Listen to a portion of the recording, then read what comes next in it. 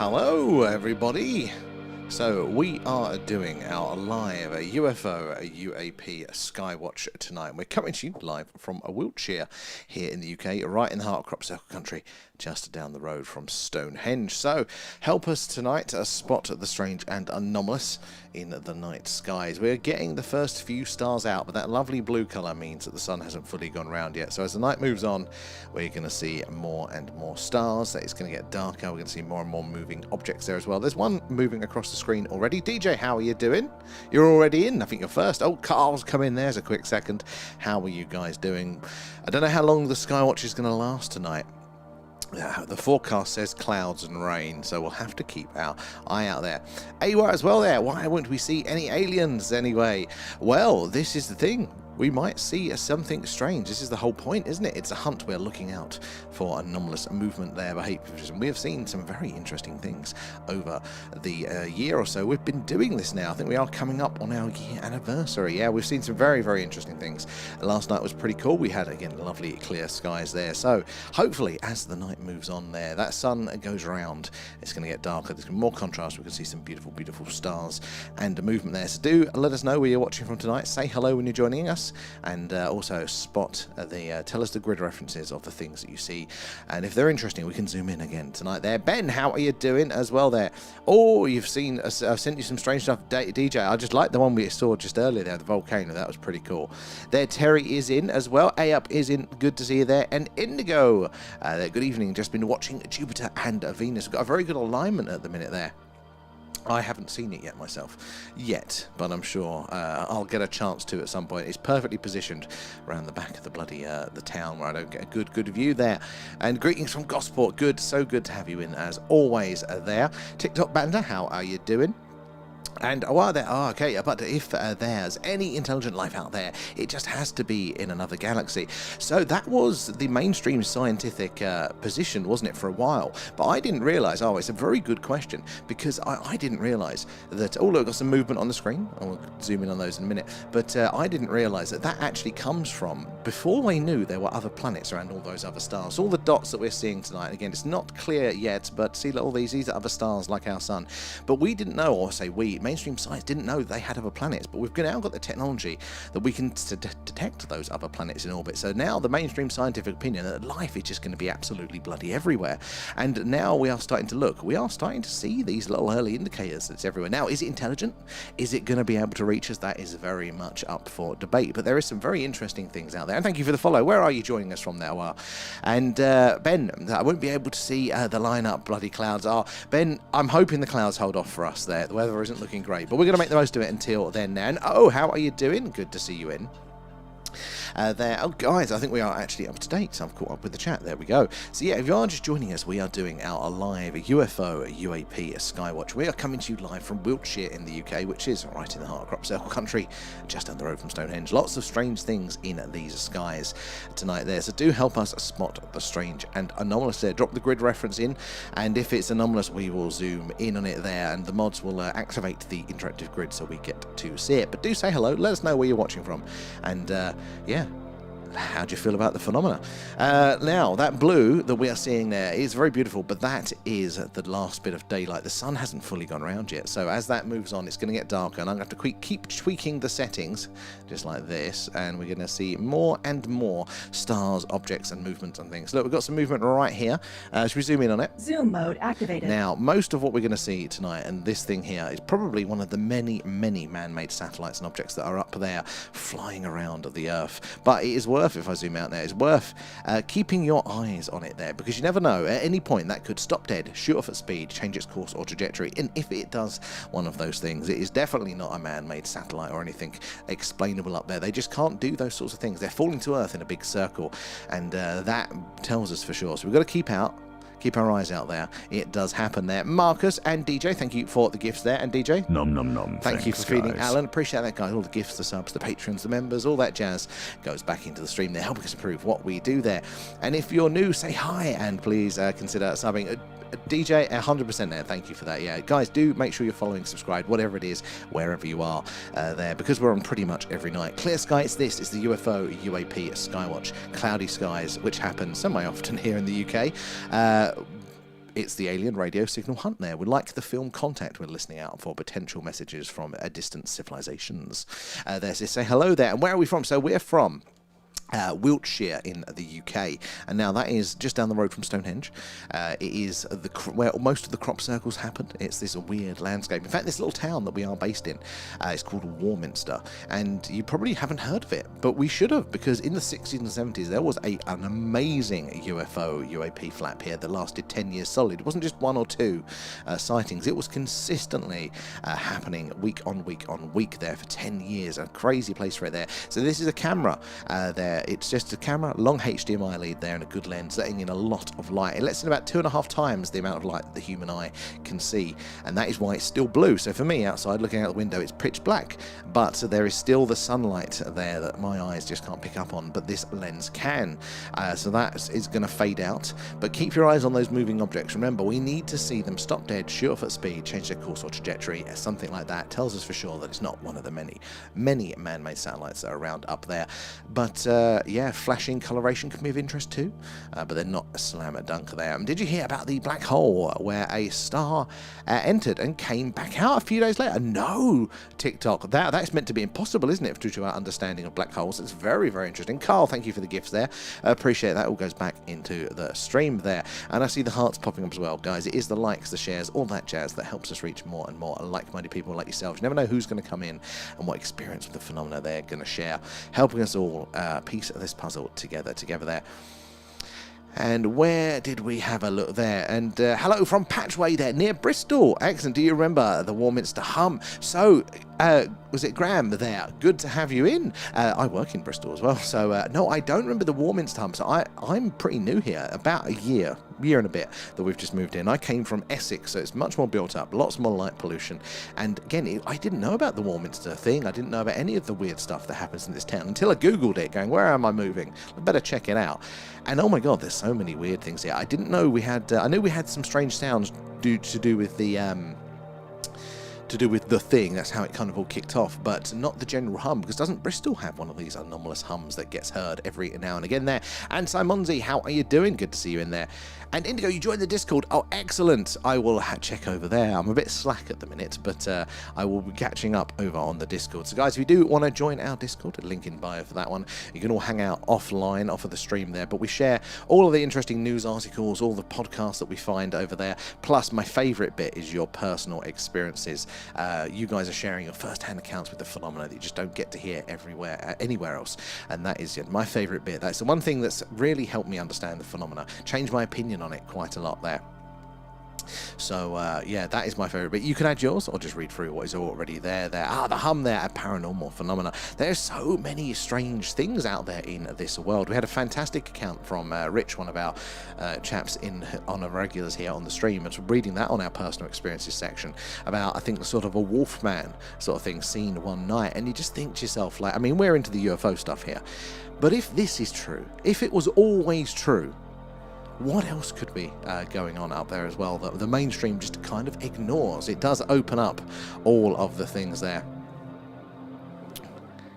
Warminster there, is it Grain there? Warminster's been a UFO hotspot for decades, apparently so, and that's why we're doing it here. We're seeing, is the active still, and it does look like there is still a lot of strange things going on here, but I didn't know about it. I thought, that I'd spent my years seeing all of the good UFO stories, all of the accounts, that you normally get covered online, but I'd never heard of the Warminster thing, hence the name here, the thing. So we are revisiting it. We are doing a version of what those Skywatchers did in the 60s and 70s there, where they're going up the hills looking for the anomalies there, but we're bringing you with us with all the modern technology. So guys, if you're just joining us, we are doing a live UFO UAP Skywatch tonight, coming to you live from Wiltshire here in the UK, which is right in the heart of crop circle country and just down the road from Stonehenge. It's still a bit bright out, but we are starting to see some stars and movements. Keep your eyes peeled. As it gets darker, that blue is going to go and it's going to turn to a lovely black, and all of the stars and their colours is going to come out, and we're going to see more movement, and it's going to be absolutely stunning there. So keep your eyes on the screen for those. Let us know what you spot. If you drop the grid reference in the chat, if it's anomalous enough, the mods will highlight the interactive grid and we can zoom in on the really, really interesting ones. And I've just noticed my little thing is all out of whack over there. Let me have a look. Sorry guys, I need to shift the box size. Where is That's the alignment. That's rather annoying. Tweaking everything lately. So yeah, do say hello in the chat there. Let us know where you're all watching from tonight there. We want to hear from you all. Or any questions. We've had some news in the UFO world today as well, haven't we? And we'll be sure we'll be talking about all of that as well later. And Simon, how the devil are you there? Harco, thank you for the gifts. Appreciate that, guys. All goes back into the stream. How are you doing today, Simon? Disclosure Day tomorrow. That's the film, isn't it? The new Spielberg film. We're all very excited for. Sadly, I'm going to have to wait to see that one. You guys are going to tell me how good it is there. No spoilers, though. And oh, there you can see Earth rotating on that star in A3, pretty cool there. So that one is Vega, and now this is our companion for the stream during the summer. We always have it in, and when it gets dark, guys, this star is so bright and so purple, it's stunning, but you can actually see it. You know, it's very slow, but if I leave my mouse there for a second, you'll notice that it will move ever so slightly. Now that is the Earth's rotation, but these stars are so far away, it appears to be very slow. It's kind of like when you're on a train or in a car, and as you're driving past, all the street lamps are rushing by you, but the hills in the distance are almost static. Not quite, but it's the relativity at play there. I'm gonna have to move my mouse now. I need it back for this one. And who's going to the cinema tomorrow? Who is going tomorrow for Disclosure Day? I know a few of you guys have been very excited to see it there. And Wanderer, how are you doing? There, Rio is in the house. Good to see you there, Rio. How is your Scottish summer doing?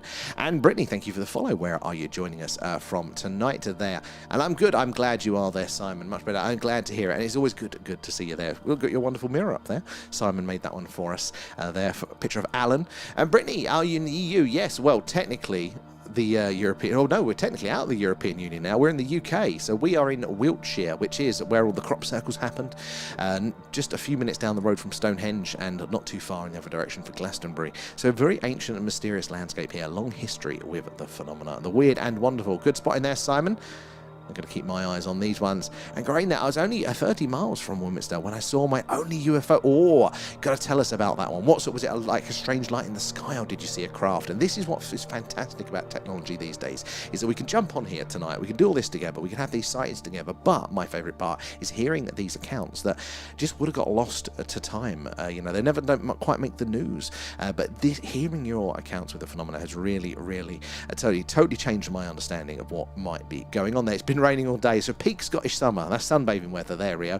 And I think the films like Disclosure and others are preparing us for when they do arrive. I think so. And it might not necessarily have to be quite literal, but it gives us a foundation without scaring us. Well, maybe scaring us in the cinema, but telling us through fiction is still a way of telling us. It's giving us a little bit of information. Because you imagine if the mothership, you know, arrives in a month's time, all they've got to go is like, E.T. guys, you know, E.T. Reese's Pieces, or Sigourney Weaver aliens, and we'll immediately know, won't we? Good aliens, bad aliens. We've got that structure of understanding that we can attach it to there. And it was in the late 70s there, a tic-tac type, a very high up there. Oh, very nice. Was that a day sighting?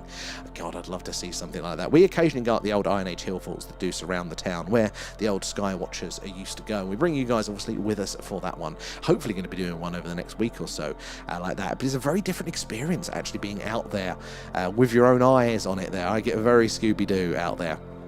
Not in my nice safe little room here. And Ken is in there. A UFO is not just a mystery in the sky. It is a reminder that the universe still holds secrets beyond our imagination. Very true, Ken. And it's a lesson that we never seem to learn as humans. We always like to think that, guys, this is it. This is the science book. This is how the world works. Oh, no, we've got an update. Okay, no, but now this is how it works. It's like, no, it's the other way around, guys. If we are lucky, we are scraping single-digit percentage of understanding what objective reality is. We don't even have the sensors for a reality, do we? We do not see in all of the light that is available. We don't see the whole range of colours. We see the visible light with the human eye. We miss the infrared, the ultraviolet, and that is just scratching the surface of objective reality that we do not perceive there. And where are you? South East London there, Rock. Good to have you in near Woolwich. I do like a bit of Woolwich. Very nice part of the city there. So, have you seen anything strange? We've actually, I would have thought somewhere like London is going to be far too light polluted to get any good sightings. But we've actually had a few people from not too far from, I think Greenwich was one of them, where they've had some very interesting sightings there. Have you been a witness to anything yourself there? And someone's, I'm good there, 3 days into almost a month off of work there, feels like winning the lottery. I wish I could do that one, someone. I really wish I could. I just can't switch off. I then just start to dread about what my emails are going to look like when I get back. But you enjoy it there. Gaza as well, how are you doing? And Paul, hi, Paul from Gower there, going to see Disclosure Thursday evening. I like that one. Guys, you're going to have to let me know how good it is, but I'll probably be fine with spoilers. It is going to be a while, sadly. We had the technical failure of the streaming computer, and that has rinsed me going down there. So it's going to be a while since I can afford the popcorn at the cinema. But yeah, I'm sure we'll catch it. It looks like a phenomenal film there. And Jess there, hey Sam, have you looked at the conjunction tonight there? And I managed to get a video of Jupiter, Venus, and Mercury using the telescope. Oh, that is awesome. I haven't. No, it's just above the town where I can't see. We've got trees and stuff, and I'm too lazy to go out. But I'll have to live vicariously through you guys. If you're on our Discord, post it. I'd love to see it there. I really would. Right, let's adjust the camera settings. Let's see if we can get some more there. This blue coloration, guys, this means that it's always a delicate balance. This is that there is still sunlight there. Now, you wouldn't have thought it, would you? It's dark to me, to the eye here on the ground, but the sun hasn't fully gone around, and therefore there is that daylight still there. That's why it's blue, but it's going to turn black as the night gets darker. I'll keep shifting the settings there. We're going to see more and more stars, more and more moving objects and strange things. So you've got to keep our eyes peeled. Have we got anything on the screen at the minute we can zoom in on? No, that was just going off screen. There's normally something. It's just quite faint. No, I can't actually see anything moving at a second. One just went off the screen. Right, next one that comes along, we'll zoom in on that one. So we're looking for these objects that are going to be moving across. They look like the stars, but they're moving. We need to see them stop dead, shoot off at speed, change their course or trajectory. Something like that will tell us for sure that, in fact, we are looking at something a lot stranger. Man-made satellites, space junk, all that stuff is falling to Earth in a big circle. Therefore, they cannot stop and just change where they're going, essentially. And that is why those movements are so interesting to us there. We do not have an explanation. That puts the U in UFO. And we know more about space than we do about our own ocean. TikTok, but yeah, I think it's like the actual surface is that we have scanned is very low, the amount that we are aware of what is down there to any level of detail, but that's not the volume. You know, that's the thing with the water. You've got like the whole bit, like, you know, volume wise, it is tiny. We know actually so little, don't we there? And Alex there, I have when I was 15 years old. You've had an experience there. Oh, Alex, tell us more, please. Would love to hear about that one. Cheeky sage there, Ben. Oh, now I need one. And I had a good one over Basildon there, but not sure if it was a UFO or stars there. Sometimes it is hard to tell, isn't it? But whether it's stars, whether it is a UFO there, it is still pretty cool to witness. A lot of the time, sadly, yeah, we just don't know, do we, what it is. We are often left in this category when we have our sightings of, well, we can rule out a satellite, we can rule out the shooting stars, we can rule out planes, but what the hell is it? It's still very much unidentified. And Carl, if I was nearby, I would have took you in the end. Oh, Carl. Oh, honestly, that is very kind of you. I'm sure I will get around to seeing it at some point. I just, it's one of those things I have to tell myself that I can't justify. I'm too broke. But I end up probably will. It means I have to go to the town over, though, and I hear it's pretty rough. And TikTok there, what's your thoughts on the UFO that landed in the family's garden in Las Vegas a few years ago? Very interesting, that account there. The videos from it as well that appear to show, like, silhouettes, isn't it, of beings and things. I'm like, I would have felt like they would have had to cover that up, though. They would have had to have gone, oh no, gas leak, everybody evacuate. I would have thought there would have been a few more contextual things to kind of hide that one. But you don't know. Again, it's one of those things like the Miami mole incident that was brought up yesterday. It's tantalizing, but there's just not a lot of detail, is there, for us to really push it to that next level. It's like somebody's walked past you with a bacon sandwich and you can smell the bacon, but you can't take a bite. Right, let's have a look at these. Zoom mode activated. So, right, this is a good example. We're going to see lots of things like this tonight. And to be fair, there's a lot of man-made objects up there, about 15,000 man-made satellites. So we need to see this thing stop dead, shoot off at speed, change its course or trajectory. I need to zoom back out now. Anything like that. Where did it go? There it is. It's right about there. Still zooming out. Still not getting used to the zoom on this. But yeah, anything like that will tell us for sure that it is in fact something a little bit stranger there. Coloration, flashing, they can all be of interest too. So keep your eyes out for that and drop the grid references when you see something there. If it's anomalous enough, the mods will highlight it there. Oh, tea and biscuit time, Simon. No worries. That sounds very civilized. And, oh, Simon, if when you come back for the tea, look what we can get now. Look, you can have your own, whilst you're watching the stream there, you can get a mug. Where are we there? Grain as well. That's a moving one. Keep your eyes on them. Keep your eagle eyes. This is why it's so good that we can work together and because when it gets darker, and there's going to be far more objects on the screen than there are now, when that contrast goes, we can be able to see a lot better. And we need all the eyes we can get. Sometimes we have up to 14 objects on the screen at any one time. We need to follow them a whole way there, because most of the time ET is going to be traveling in a straight line. It's going to be reflecting that sun's light back, looking very, very similar from a UFO. We are hoping that ET realizes he's left his keys at home and does an interstellar handbrake turn over the camera. Now, obviously, that's not going to happen every time, but that is what we really need to see to say conclusively there. So keep your eagle eyes out there. DJP, how are you doing there? And Rio, need the mug there. Actually, I'm quite happy with the mug, how that one turned out. So. And oh, look, I've got our Skywatcher t-shirt as well. Look, it's got a really cool design on it. I've gone to town. Took us over a year to do merch, but now I find myself wearing it all of the time. Link in bio.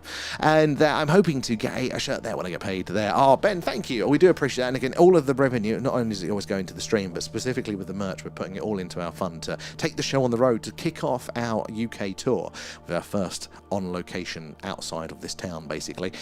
We want to do Rendlesham Forest there, do a live Skywatch from Rendlesham Forest. Now, that would be pretty cool, and I would be super, super scared. And great, A3, and now in B3, keep up with a good spotting. Yep. I think I can see the one. Oh, yeah. Now, there's one in C3 now. Good spotting there. And TikTok there. I dread to think what others out there think of us. The mess that the world is in. I mean, this is quite a, you look at the state of the world. I mean, God, look, what do we think of ourselves? It is, especially, it feels very like crazy, crazy times. I like to think, and this is the sort of stuff I tell myself to feel better about it, guys, that they'd probably see us like we see zoo animals there. They'll go, right, it's just part of their development, right? We're going to keep them behind glass for safety, but I don't think they would judge us. Not necessarily, anyway. There we go. What's this one here? Keep your eyes on it. See if I can zoom in on that one. So as I zoom back out, guys, keep your eyes on it.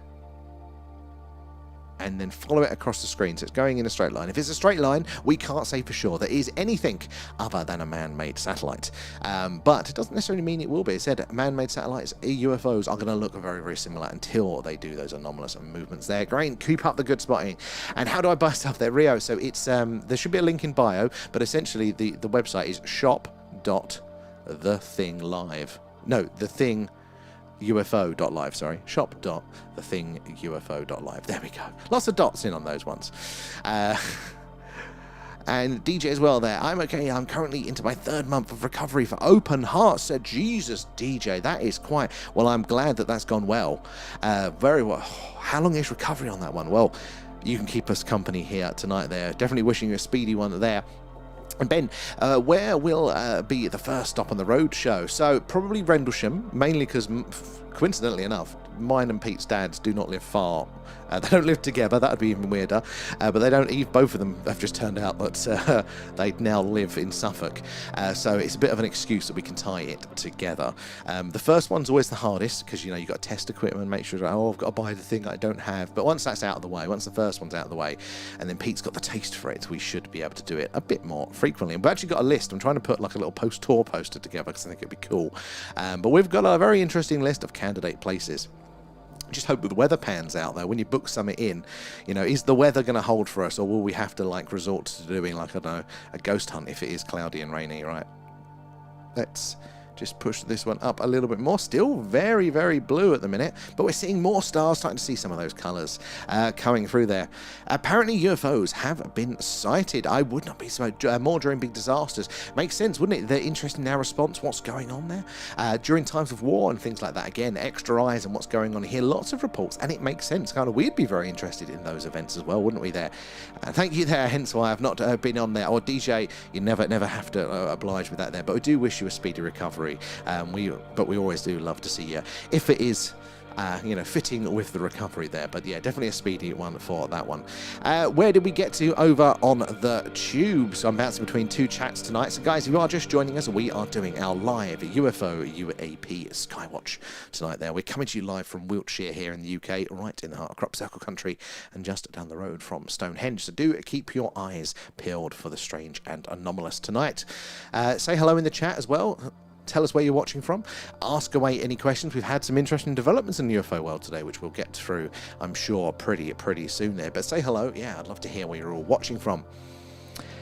Where did we get to there? UFO X-Files, how are you doing? Good to see you in, matey. And hey, up there, I saw something odd in the sky tonight there. It was what I thought was a plane, but super high up there, way higher than usual, except when I went on flight radar, there was nothing there. Ooh, now, the altitude there can be a bit of a giveaway. It's hard to kind of gauge, isn't it, size and distances, because they can work off against each other there, but nothing on flight radar.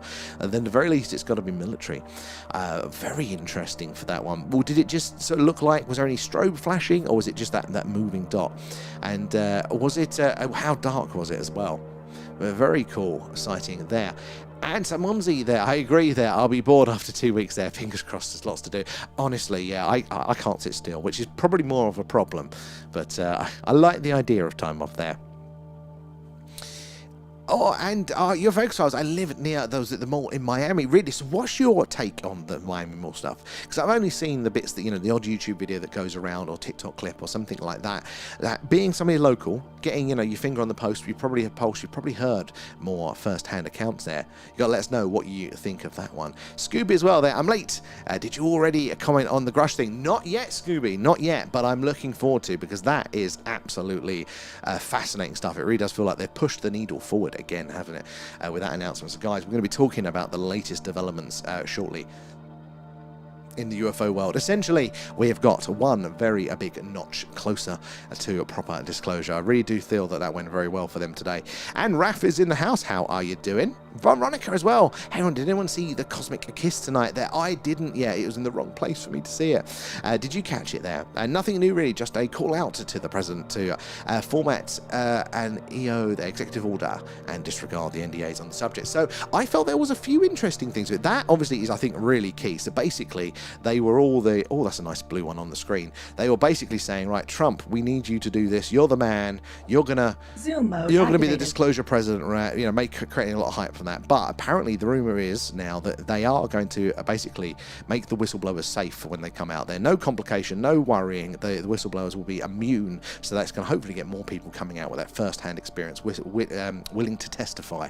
So it's a very important step that they announced there. But also, Grush said, didn't he, about so he confirmed during his Senate hearing there, he used the very lofty words, is it non-human biologics or something along those lines, wouldn't quite say alien bodies there, had to kind of be technical, and it's always a bit of speculation around that.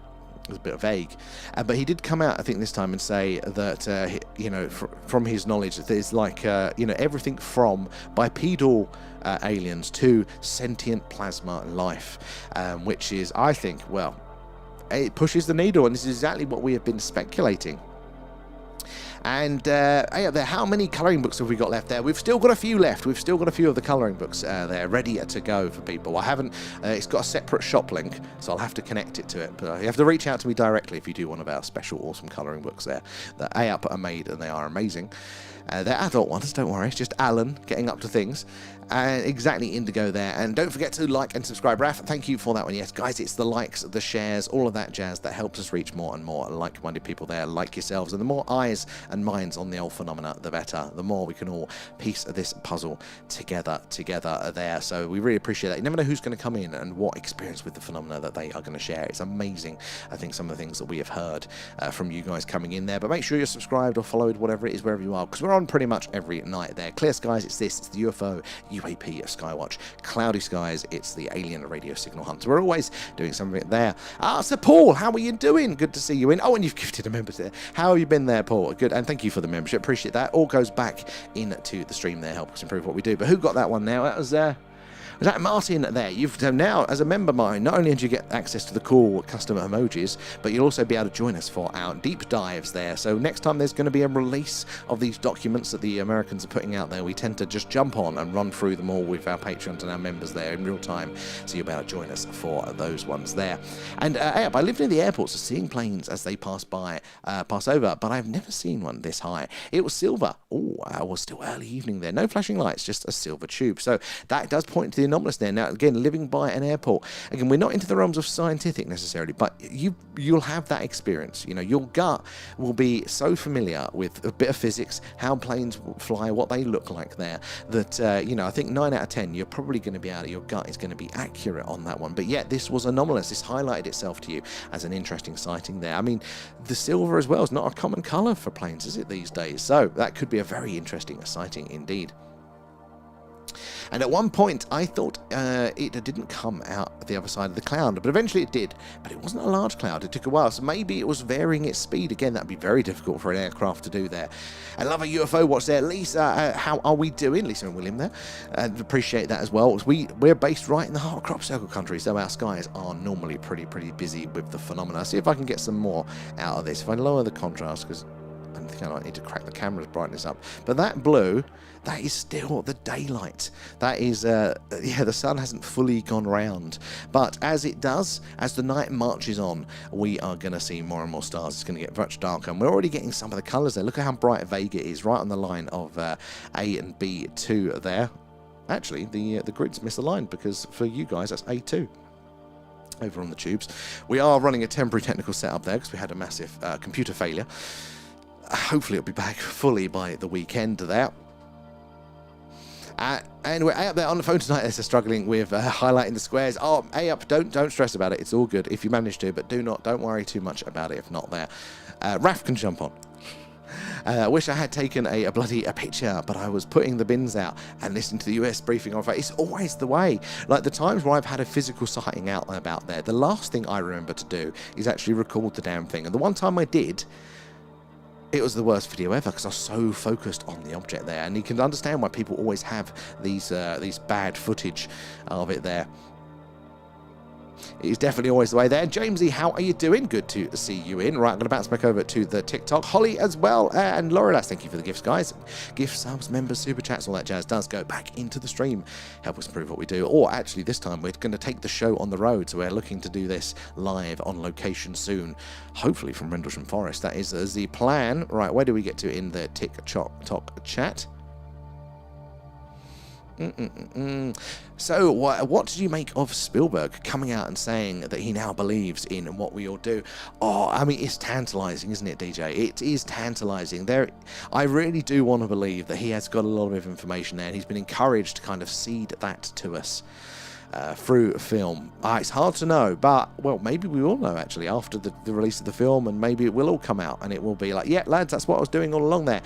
And Grain there as well, thank you for the spotting. I'm a bit behind there, but I've got one eye on the screen to keep it up there. Adam as well, and Simon, Carl. The best thing to do if it's raining on location is get a tent and use it as a command center. Oh, I said it's going to go to the bottom episode, isn't it, where they do the camping. That's exactly what it's going to do. Problem is, it's just so cloudy, you can't really see much on the cameras.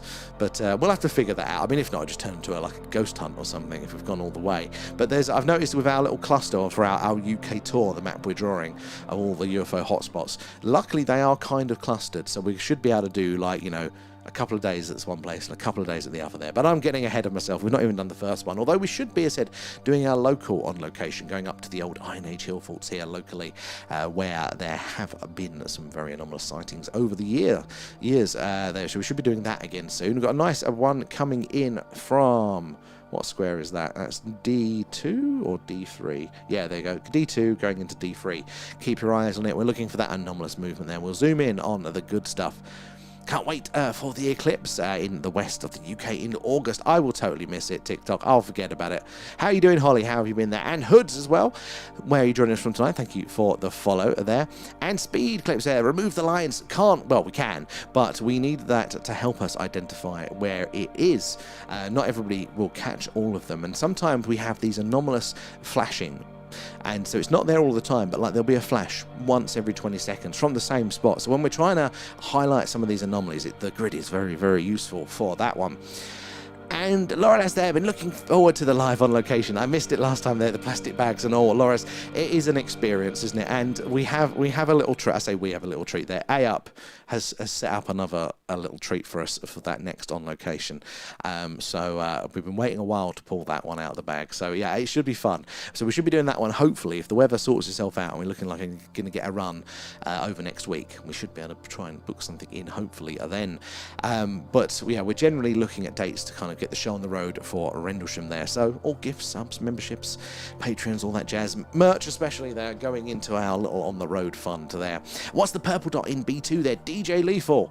Good question. This is our big, bright, beautiful friend Vega. Zoom mode activated. Star about 26 light years from us. I think so, about 26 light years there. It burns much bigger, much brighter, much hotter than our own star. It won't last as long, and therefore it's probably not been around long enough to actually have planets around this one in particular. But it is so big and so bright and so beautiful. Everybody comes in and goes, what's the purple one? And rightly so. Look, we've still got a blue sky here, and we're still able to see the purple. Now, when that gets properly dark and it's all pitch black, honestly, guys, it is absolutely crazy to think how that is there. But I mean, we're already getting some colours in here. Look, we've got a nice orange one up the top there. Oh, look, some movement up here. Another orange one over there. Yeah, I mean, honestly, the sky, when you get a really clear night, it's like a sea of gemstones over a black fabric. It is absolutely stunning. You don't always need the aliens for it to be awesome to look at, but they do help, and they do happen. You know, we are actually quite fruitful, really, where we are with how active the skies are. So yeah, do help us spot it there. But say hello, especially if you're new here. Let us know where you're watching from. If you had an experience with the phenomena, we'd love to hear about that one too. There, ask away any questions. No silly questions here at all. We want to hear them. Or maybe it's why we're doing it, what we're doing, how we're doing it, or the stuff that's been happening on in the news there. And Sooty, how are you doing? Thank you for the follow. Good to have you in. Where are we in the YouTube chat? Let's check out where we are there. Where's man not seen? Oh, I don't know, actually. It's a good question. I'm sure I'll pop back in soon. Probably just very busy with work. And wish I had taken a bloody picture. Oh, no, I did that one.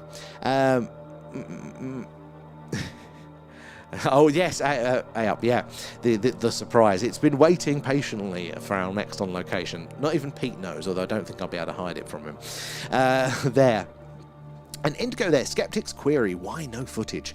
But our eyes are glued onto the strange objects, which we can see. This is exactly what happens there. But also, the phenomena itself, if they are using a warp drive, how we would expect that to work. Real scientists have looked into this and gone, look, warp drives do not break physics.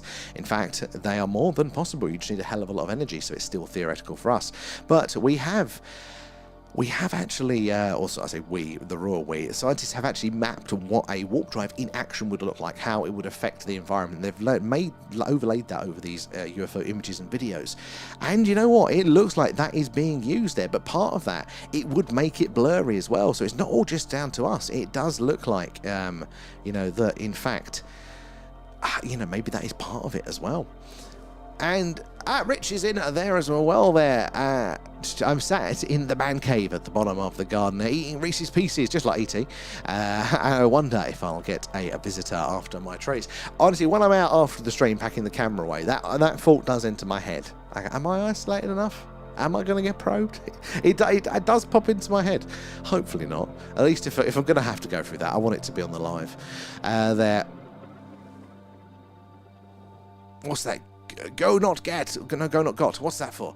Where are we there? And Pendle Hill might be a good location. That's up your way. Laureless, it is on our list, actually. It is very much on our list. I can't. Where is my list, actually? Let's have a look. Where did we have? We couldn't obviously fit all of them because it was getting to be a big long list. Didn't realise the UK was so active there. But Rendlesham Forest, the Falkirk Triangle, Bonnie Bridge specifically there. Broadhaven in Wales there, Todmorden, up on the North Yorkshire, I think, sort of area there. The Berwyn Mountains in where there was a crash apparently in Wales. Cannock Chase, Calvine. Decmont Law, I don't know that one. I hadn't heard that one before, but apparently research tells me that that was a good, an actual close encounter of the third kind location there. Bodmin Moor there, Ilkley Moor, Pendle Hill, and Loch Ness. They are the ones that we've got. If you've got any other suggestions for us on our UK tour of live sky watching on location, do on our Discord, link in bio there. We've got an on the road section. You can just drop those in there. And TikTok and Debster, thank you for the gifts, guys. Appreciate those. As it all goes back into stream there, helping us improve what we do. And also now going on the road. That's where it's going at the minute. Where did we get to? I didn't realise that was your mouse at first. Honestly, Brittany, everyone gets caught by that, to the point where I did try and change my cursor to look like a little UFO.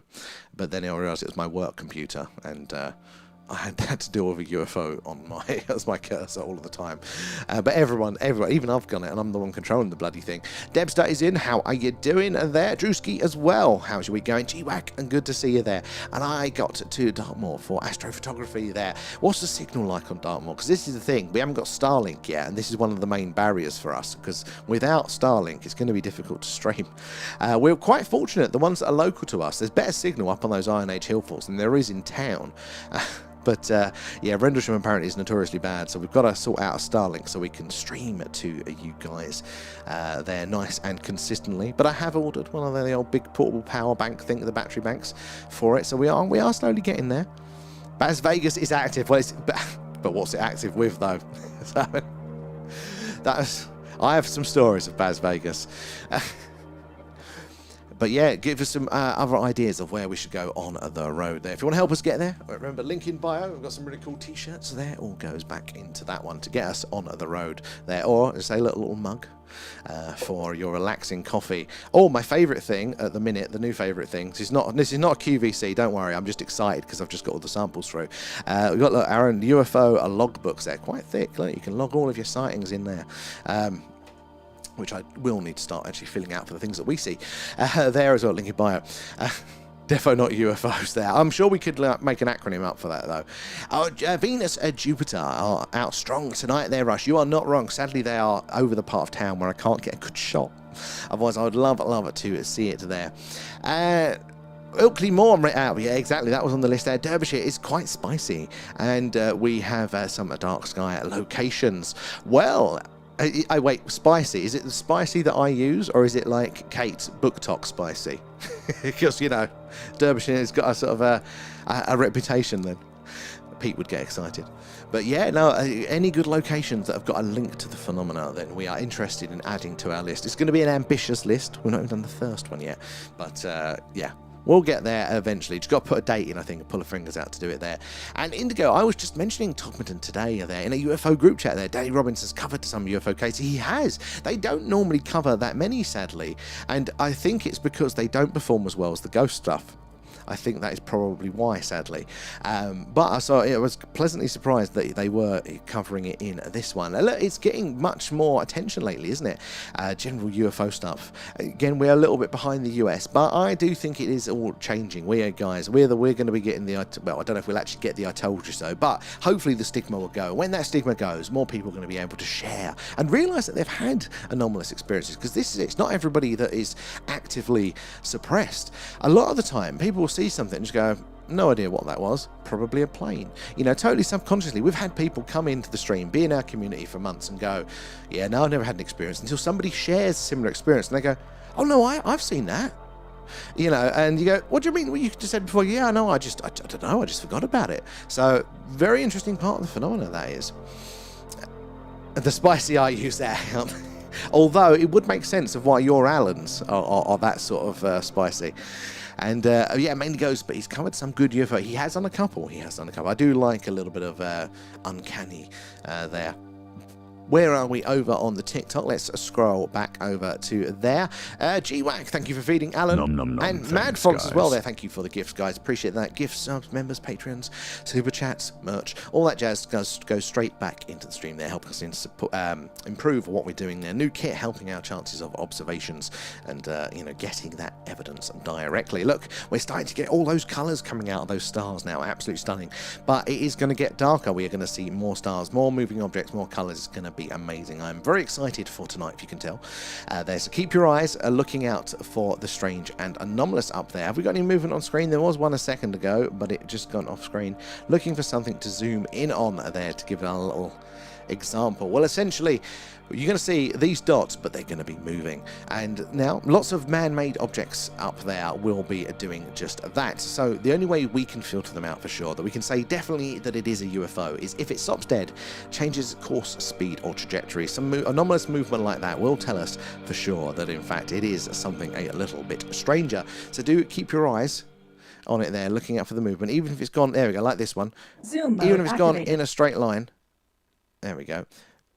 Keep your eyes on it there, because if it deviates from that straight line, then we know for sure that we've got something anomalous. But until it does that there, we cannot say that it's anything more than a man-made satellite. Now, ET moving around up there is actually going to look very similar to a man-made satellite. What we're really asking is for ET to realise he's left his keys at home right over the camera and do an interstellar handbrake turn to go back and get them. That's not going to happen all the time.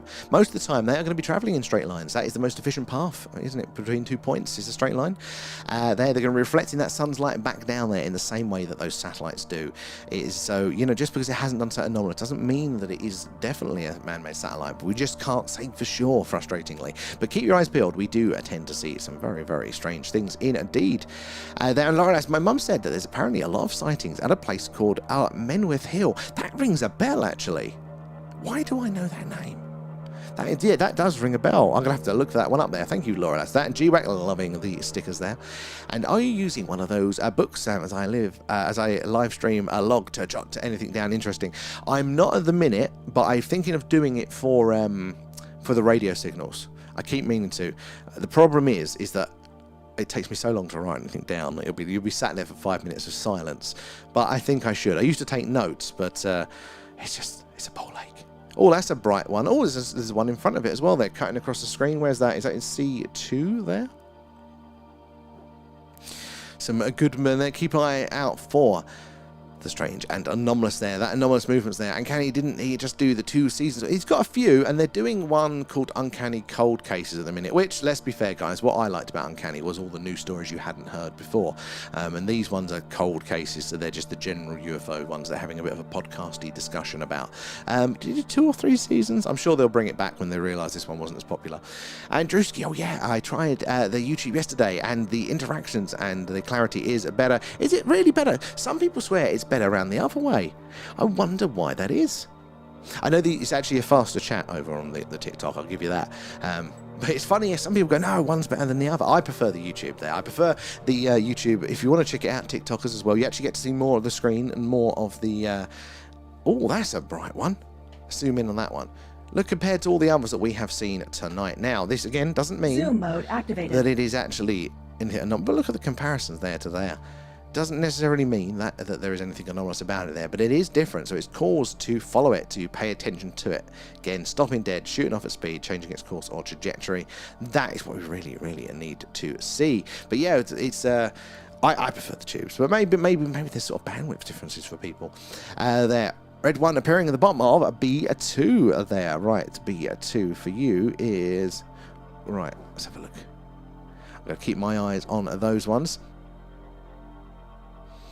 And Rumpelstiltskin there, how are you doing? Thank you for the follow. Where are you joining us from there? And Raf as well. Raphael, thank you again for the follow. Guys, if you're new here, do say hello. Let us know where you're watching from there. But the tubes, you can zoom in real time there. So there are some advantages there. And I see them with the naked eye most nights, most clear nights there, diverting different courses. Now, Rumpel, that is very, very cool. Because if you're seeing them change course or trajectory, that is a slam dunk that it is not a satellite or man-made object, because essentially those things are falling to Earth in a big circle. In the same way that if I jumped off my roof, I can't just go sideways. You know, I don't do a right angled across to the side, and I can't just stop. It's the same for the satellites and the space junk and things like that. It takes a lot of energy to change their course and things like that. So that is for sure something incredibly anomalous there. If you're confident it's high enough up that it's not a drone, then that is an amazing sightings that you're getting quite regularly there. Whereabouts in the world is it? And is there any coloration to them as well. They just white lights there. GWAC coming in with the shares, guys. It is the shares, the tapping away, the likes, all that jazz that helps us reach more and more like-minded individuals there, like yourselves. And the more eyes and minds we get on the phenomena, the more we can piece this puzzle together. You never know who's going to come in and what they're going to share. There may be an experience with the phenomena, or sometimes it's their knowledge there. Maybe they've spent a career working with satellites. We've literally had that before, and it's helped us identify more anomalies. So that is what's great about this modern world, where we can all be connected there. So we do appreciate it there. Good spot in there, Simon. M to the C, loving the stickers. And GWAC there, prefer the YouTube there. Doesn't cost money. Yes. It is some benefits. Where are we over on the tube? Speaking of which, let's bounce back over there. Where do we get to there? And the Derbyshire village with a history of UFO sightings there. Oh, can I click on that one? Is it going to let me? Let me try that one. There was a case he covered where a group of people entered a shop and they didn't understand the money and were odd. I've heard that. Well, you know what? I don't even know if I've heard that one from Danny Jones, but I definitely... Is it Danny Jones? Danny Robbins. That's a different podcaster. But yeah, no, there are a lot of these accounts, and it kind of fits in with the similar looking aliens to us. There's quite a few cases of that, they're interacting weirdly and stuff like that. And even people that have had this sort of telepathic, they've almost heard them speaking in their mind, and they've gone like, they've noticed us and things like that. Yeah, very, very interesting. But look, if ET's out there and they look like us, that means we are related. There is no way around that. If they are like the Nordics, the tall whites that you hear about there, which are basically just us, but handsome and slightly taller, again, to get that match, that is not independent evolution there. That is related. Maybe us from the future. Very interesting there. Was it a Midland spotlight on was it Ricksworth, a UFO incident? Right, can I click on that one? Oh, no, that's not. Go to site. Let's see if we can do that one there. Ooh, I've got that one loaded. Thank you, A-Up, for that. I'll check that one out there. And Syntax, it amazes me how close space is. Only about 70 miles away. Always feels much further away to me. Like free. It really does. When you actually lay it out in distance, across the land, actually how high up like the International Space Station is, or some of these satellites, it's not as far as you'd think. It really isn't. Which is crazy when you think of how much energy, how much fuel it requires to get those rockets up that high there.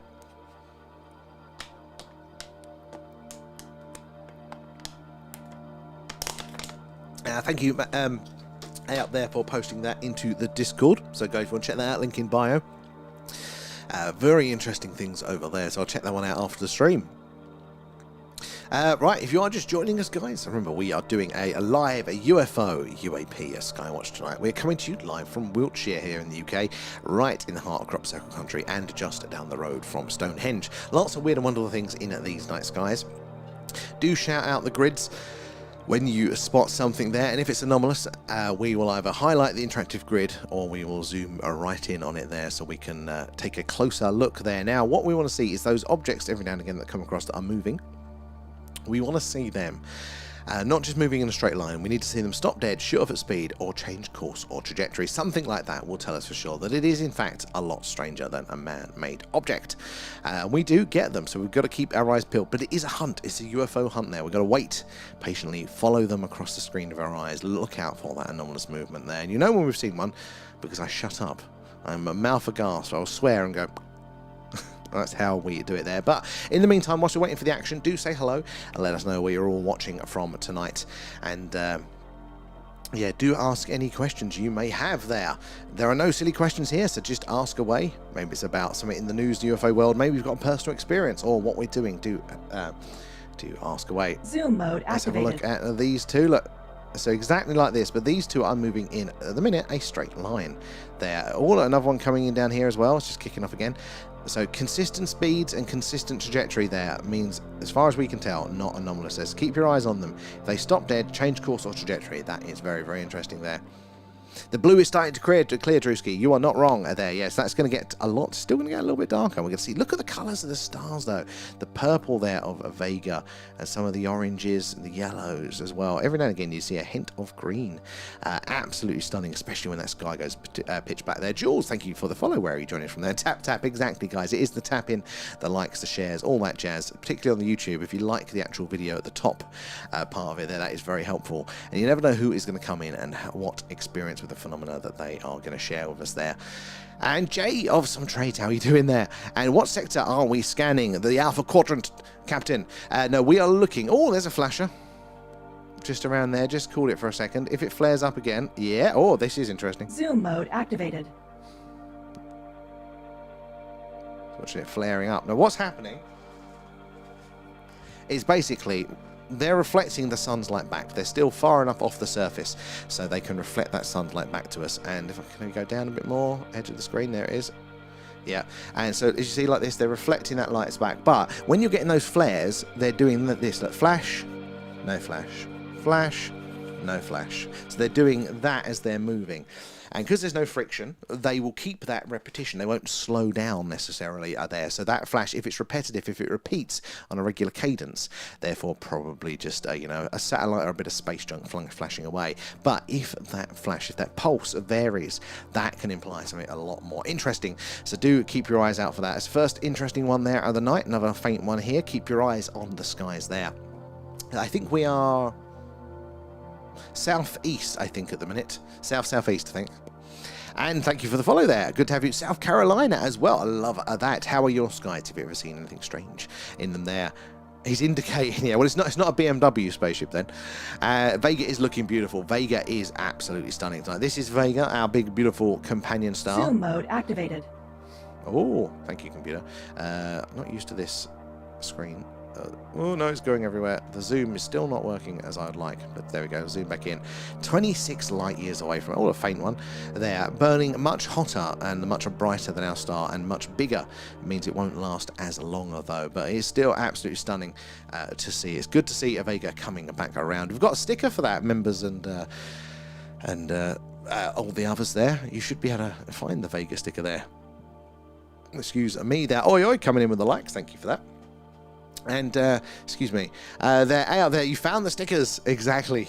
And Gaza as well. Will you try it with the night vision camera again? So, possibly, the problem with the night vision is obviously that the good part of the night vision is that we can see in the infrared with that, which the phenomena. You found it, Simon. I like it there. GWAC as well. And Carl. Oh, you've all found it there. Laura Lass as well. I love it there.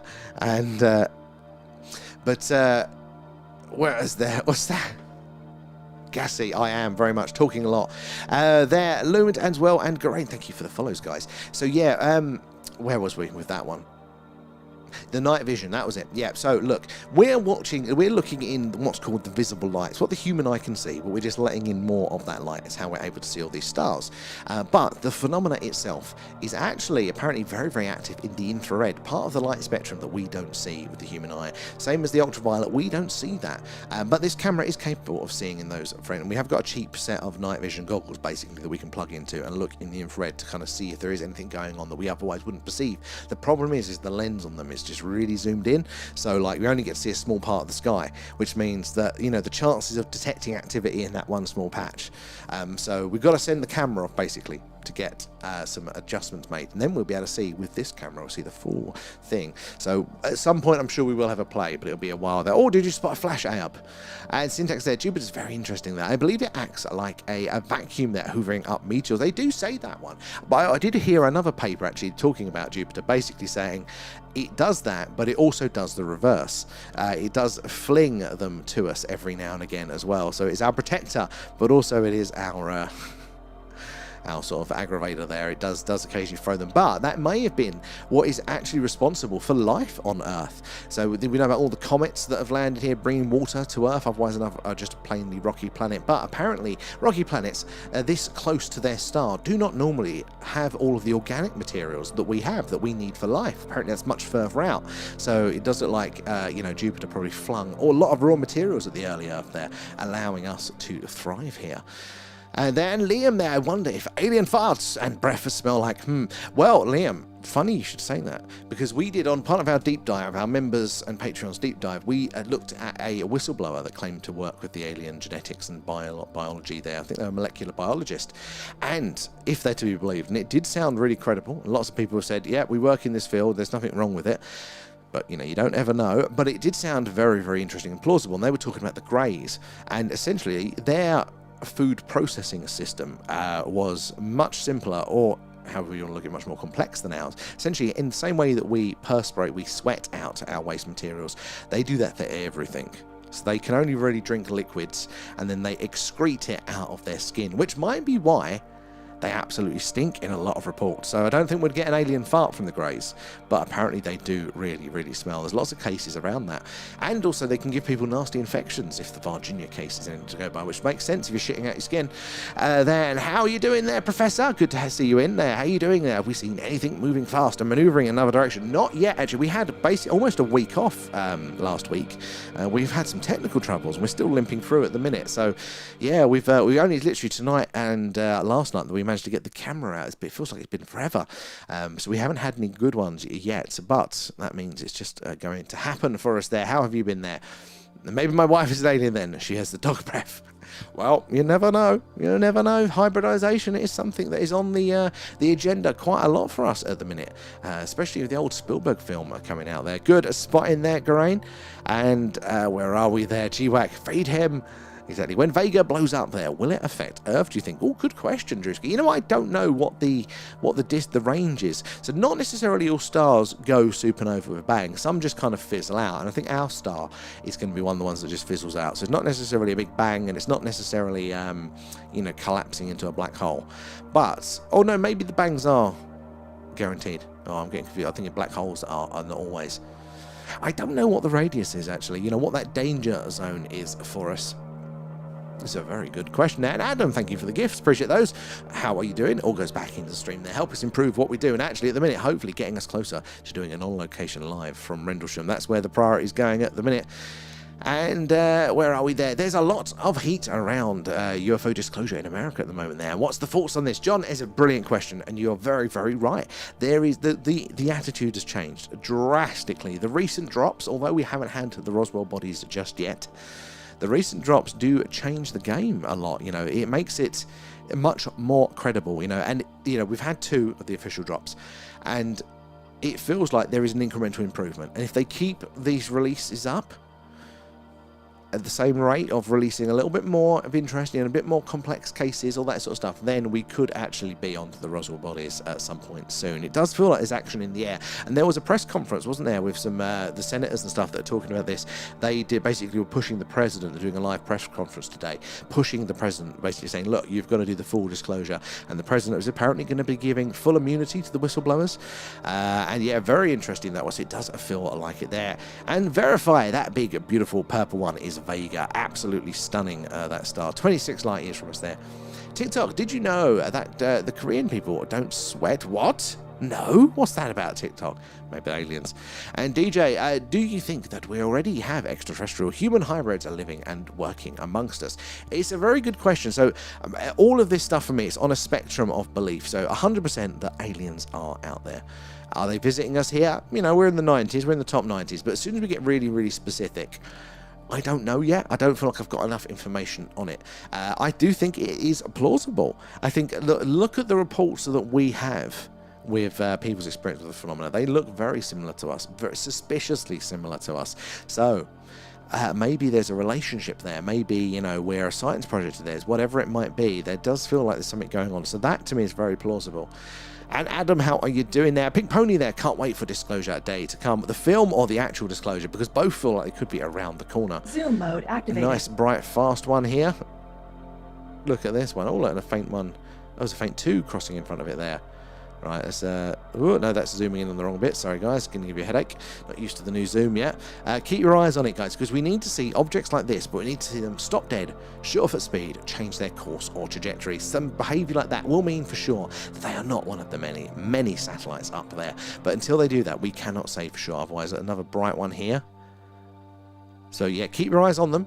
Again, not every time are we going to see that behavior, but it does happen. Alfie there, keep up the good spot in there. Oh, I had to go out there, Holly. No worries, but good to have you back. And there. All good, Adam. All good. We've got a Skywatch today, so that's put me in a good mood. Plus that press conference as well. I think it's going well. It's going well. There. And thank you for the extra gifts there as well. So it all goes back into the stream there. I thought we'd had 3 drops there. So no, we've had 2. but we're waiting on the third, unless one's happened and I haven't been told. AOP would normally tell me, but yeah, I think we've had the two, and so it's going to be the third one that I'm keen to see, because that gives us 3 data points. If there are incrementally better footage, and then that makes sense that they're seeding it. They're laying the groundwork, because they've got to start, haven't they, at the lowest point there. The people that not only do not believe, but the people that are kind of, their belief structures prevent this. So they have to ever so softly lay the framework of plausibility, easing them into whatever the real reality is there. And if we get 3 data points, we can predict what that trend is. And DJ as well there, Lee4, thank you for the follow. Good to have you in there, mate. And according to Daryl Anchor there, who channels Bashir, there is... I just cut the other half of the message off there. I'll have to see it. I have to see if that one comes up. And Holly there, I see many like this, and sometimes in Paris in pairs, side by side, and they vanish and no lines. Very interesting. Especially, got to look about where they're vanishing. If all of them are vanishing in the same direction, that could be the Earth shadow. But this is the thing, sometimes you will see them, and then one will vanish, and you go, that's the Earth shadow. But then one will come from the other direction and vanish in the other way, and you go, that's not how it works. So that can be very, very interesting there, Holly. I like the sound of that.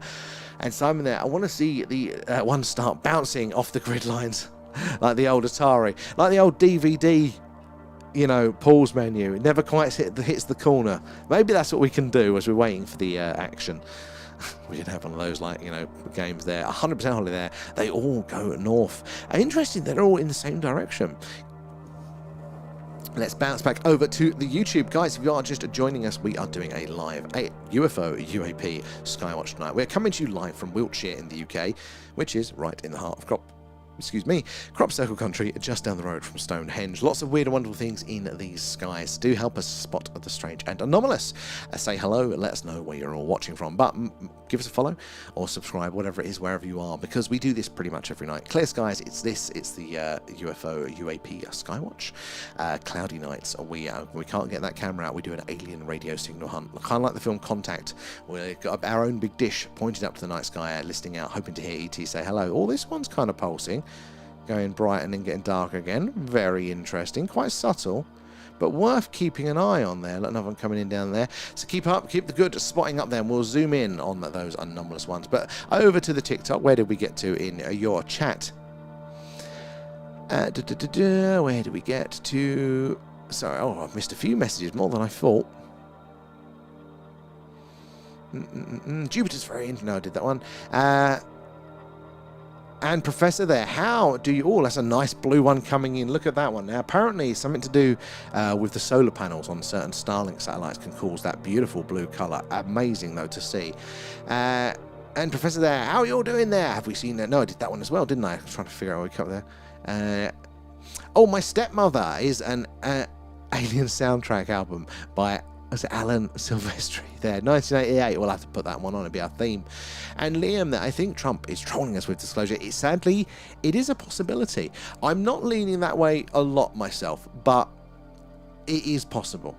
It is possible. We can't write it off knowing that sort of character, but I don't know. I find the way it's being treated though in the other sort of senses, like I could totally get that he would do it as a distraction and all this sort of stuff, but some of the stuff is very, very interesting there, and I don't know. It's a possibility, but I'm not leaning that way yet, like fully. Is now star supposed to keep expanding until it consumes us? So yeah, there's a bit of debate on if it will actually consume us. Some scientists think that it actually might just push us further out, so it might engulf us. That was the consensus for a long time, but others are like, no, we'd just kind of get pushed a bit further out. I mean, we'd still be so close that we'd burn up and it wouldn't be particularly fun, but we've got to get off planet. It's the one thing Musk's not the one thing, but it's something that Musk is right about. We do need to get interplanetary. We don't actually have as long as we think. I mean, it is in the millions of years. I ain't going to see it, but it isn't actually that long at all away there.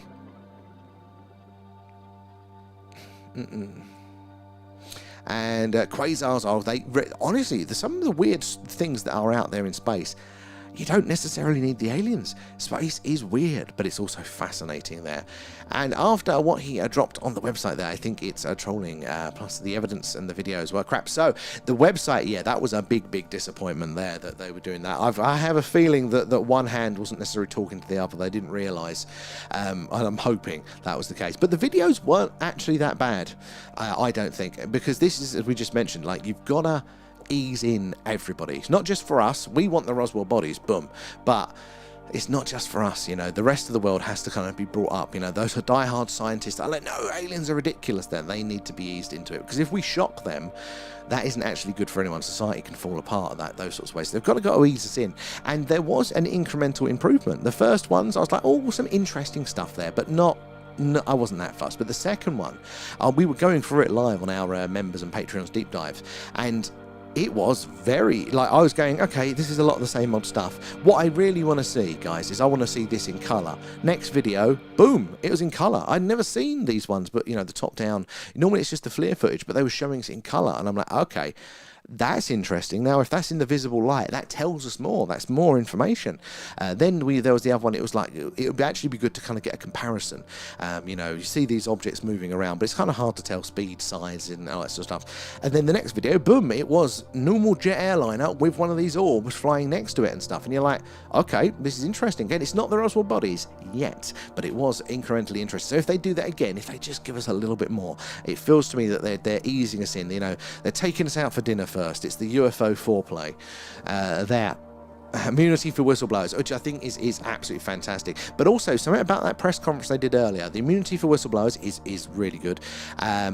Talking about the specific alien species was interesting, but and they said this explicitly, but I think it can't get overlooked here. They seem to be really trying to change the narrative away from the technology and the craft, but to the biological part of this, to the bodies, to the aliens themselves, because you can't classify another species. That's not within the government's domain. So maybe they've seen that, look, if it's technology, it can pose, you know, national security implications, and that's why it's all being classified. So they're going, right, let's focus on the bodies, because they can't technically classify that. You know, that's much harder. So that, what I thought was really interesting, that chain of attack there, can be very, very important for us.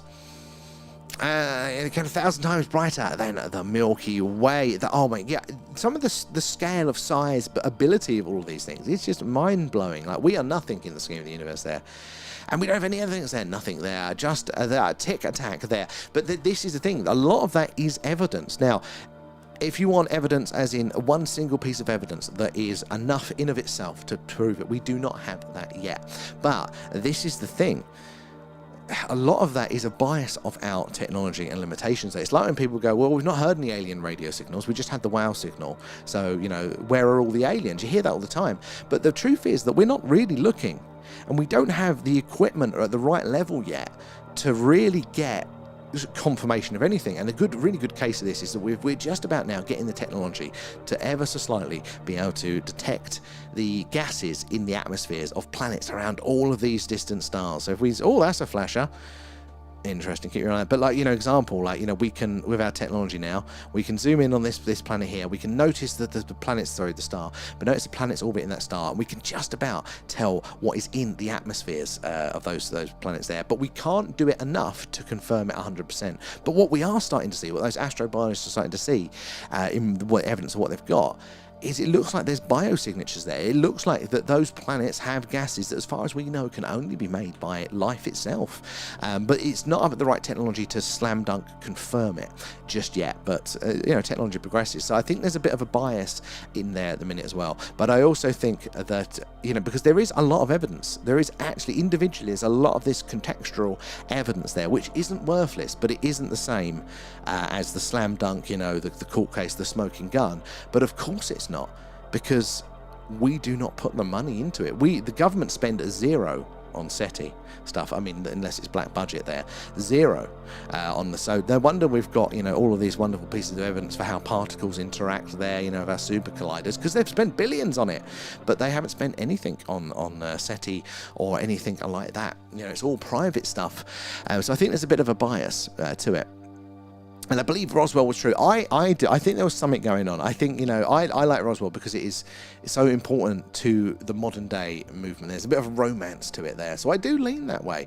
And no drop today there. And I was half expecting one to drop at the time of the press conference. You would have thought. And that is the thing that is raising those questions in my mind now. Because what are we, 2 weeks... Oh no, it'll be Friday. It'll be 2 weeks delayed, won't it, from the last one? So, or, you know, overdue. So I'm very keen to see the next one there. But yeah, they could be pulling us. They could just be lining us up there. We can't be complacent with this. We have to keep the pressure on. We have to keep it. And I think that's where that press conference was going. I think that's what those insiders were worried about, it losing momentum and then not having the balls to push it over the line. So they were trying to put that pressure on. And anyone used to watch Sky Night with Patrick Moore, he was an interesting chap. You know, publicly didn't say much on the UFO stuff, but did, you know, still would say a lot of things on the side, wouldn't it, there, especially the translunar phenomena. And it's possible Area 51 and Roswell were just gaslighting, but in doing so, revealing that they had something to cover up. It is very, very possible, Syntax, very possible. With the information that we have publicly available, we cannot say for sure otherwise. I find it quite interesting, though, that well, there's lots of interesting things about Roswell, but Area 51, that got this you know, label before anybody knew it officially existed there. Even it wasn't kind of colloquially known. It was but it is exactly where you'd expect an alien craft to be. So I do think it's like, it does kind of fit, but we don't know, do we, with what we've got there. And we only give out radio waves, but other planets and systems might other ways. But I think physics works the same as here as it does anywhere else. Just don't know the full understanding. I think, Professor, well, physics, as far as we know, it's going to be universal, isn't it? Hence across the universe there. So those rules would apply to us and to them. And you're right, they would, as we would expect to be. We're quite late to the party. Our species, our life here on this planet. The universe has been around. This galaxy has been around for a hell of a lot longer. Plenty of opportunity for life to develop and thrive and be far more advanced than us. So this is the thing, isn't it? You know, they may be using a far more advanced technology that we are not even aware of. And I mean, we in theory have the technical capability or the scientific ability to develop sensors to detect things like warp drives or wormholes. There are certain gravitational indicators that they would give off, and in theory we could build the technology to detect those, but we don't. There isn't the pressure, the priority. So they may be going off. The evidence might be there all along, but we are just not searching for those ones there. Have you heard of Project Skylight? Oh, no, I haven't, Reverend, there. What's that one? It was around the time of Project Star Wars during the Reagan's presidency. I haven't heard of Skylight at all. You got to tell us more on that one. So I know about the Star Wars, the SDI, but yeah, I don't know about Skylight there. But where's all the antimatter? Well, again, another brilliant question. Antimatter, you know, luckily not near us. Now, lots of interesting theories, isn't it? Like maybe, you know, there was a lot more of it around in the early universe, or maybe it didn't form after the Big Bang and stuff. What we know about science is a single-digit percentage, if we're lucky, of reality. There are so many questions. A lot of these things that we hold dear, we think are set in stone. The Big Bang, to name one of them there. They're not. They're still just our best working guess, and they're not actually that confident in a lot of it. There are lots of contested positions. And Schrödinger and Tesla are two scientists who don't get credit. To me, the most fundamental in all time. People used to get crucified or killed if they don't think the Earth was the center of the center of the solar system. Honestly, Professor, you're right, and we haven't learned the lesson. Now, we've learned the specific lesson that the Earth now goes around the sun, but we've not learned the principle that made us believe that and then be so anti it. We are not learning the overall lesson that we are not special, or that we shouldn't assume that we are special without a lot more evidence for it there. We keep making the same mistakes. We're doing it now in science, and not just in for the UFO stuff. We're doing it with everything generally there. Science does have this correction mechanism built in, but it's nowhere near as efficient as the scientists would like to think there. It's also known to be the largest directed energy weapon on the planet. I have not heard about this at all, and whereabouts was it based? This is tantalizing. I love this, and this is what is great, guys, about the modern world, that we can be up here and we can meet all these individuals like yourselves there, and like Rev coming in there as well, telling us about these things I would never have heard about before. So guys, we appreciate the liking, the tapping away, the shares, all that jazz, because that is how we meet you all. It's how we hear all these awesome things. It's how we can all piece this puzzle together. But speaking of which, if you are just joining us, we are doing a live UFO UAP Skywatch. We're coming to you live from Wiltshire in the UK, which is right in the heart of crop circle country and just down the road from Stonehenge. So do help us spot the strange and anomalous in the night sky.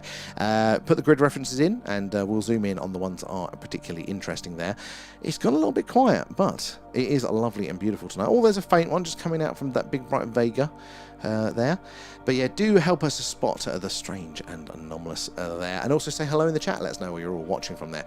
The Ice Cube neutrino detector is owned by a company called Raytheon. There, the defense contractors.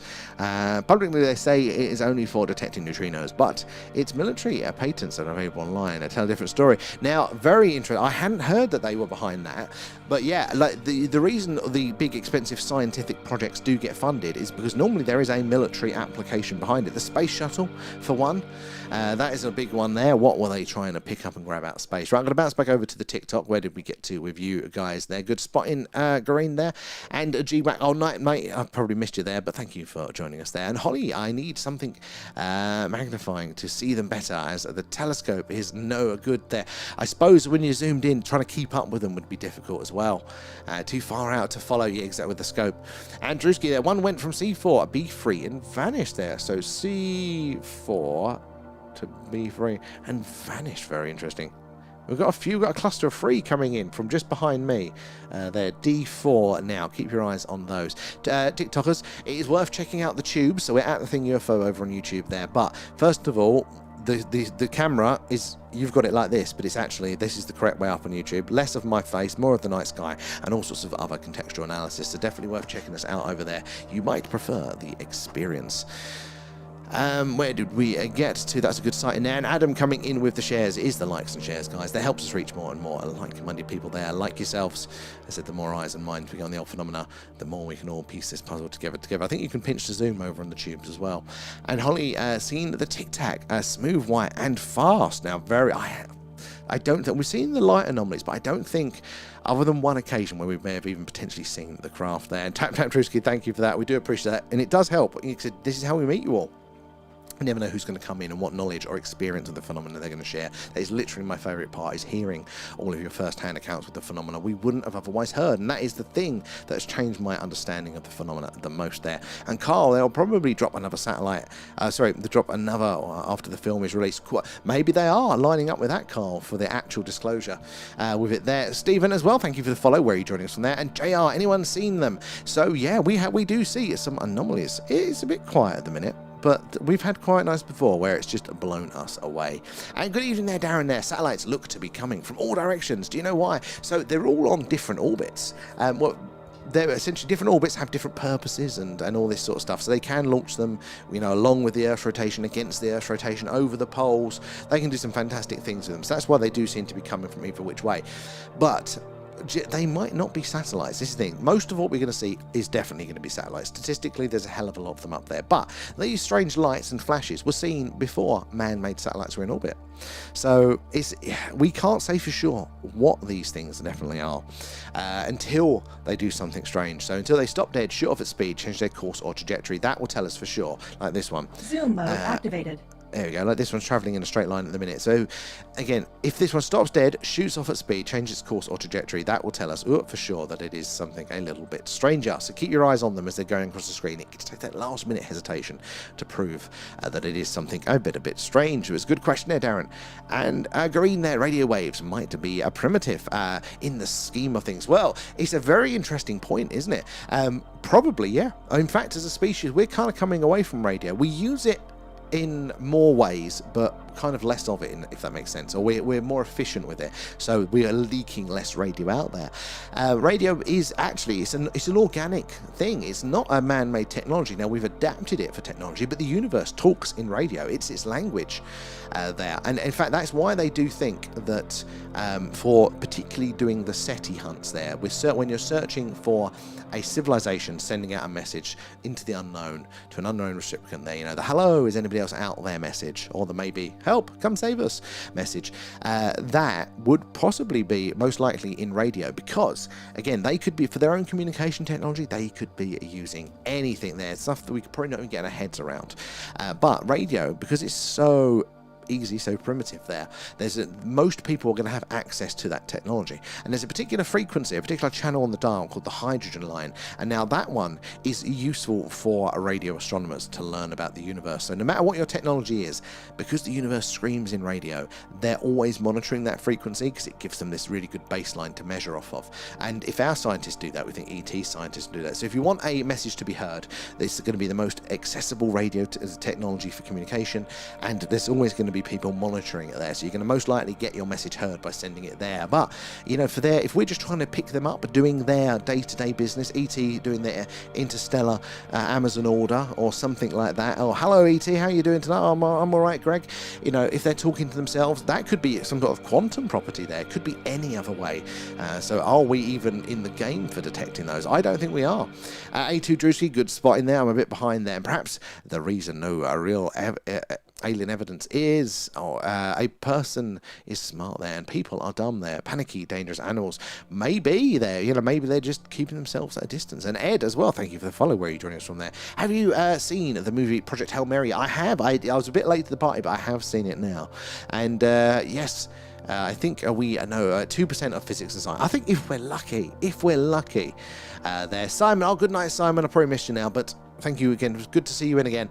Hopefully you have another good day tomorrow there. And DJ Spider, how devil are you there? Hi there, how you doing? The Disclosure Day movie is a disclosure. So, well, for a lot of people, they do feel that it very much could be. I still kind of want a bit more official. I want a red stamp on it. But I do feel that it could very much be part of that process. What better way of telling the public about the nuances, the details of what could be going on? And not scaring them. Because imagine they hold the press conference, the president's there, and he goes, right, you lads, sit down. Aliens are real, right? There's hybrids, right? They use their minds to talk to these things. Immediately, everyone's in panic. The world's gone to shit. They're not going to listen to explain any of that, are they? But if you do it through film, if you put it into a wonderful narrative there, people are going to sit there and they're going to watch it, they're going to take it all in, and they're going to learn. And then all you have to do is go, yeah, what was in that film that you just watched, lads? And people go, oh, and they've already got the understanding, less panic unless there is good cause to panic. So I think, yeah, that could be the timing of it. The timing as well is just incredible for that one. And why is it all UFO films make aliens out to be aggressive there? Well, I mean, not necessarily all of them, is it? But it is a trope. It is a trope. I think that science fiction, unless it is one of these narratives where they're trying to get something across there, they're explorations. They're like a scientific modelling, simulation in a sense. With the best of our knowledge, what would happen if alien fought predator? It's essentially where they're trying to figure out the rules of these things.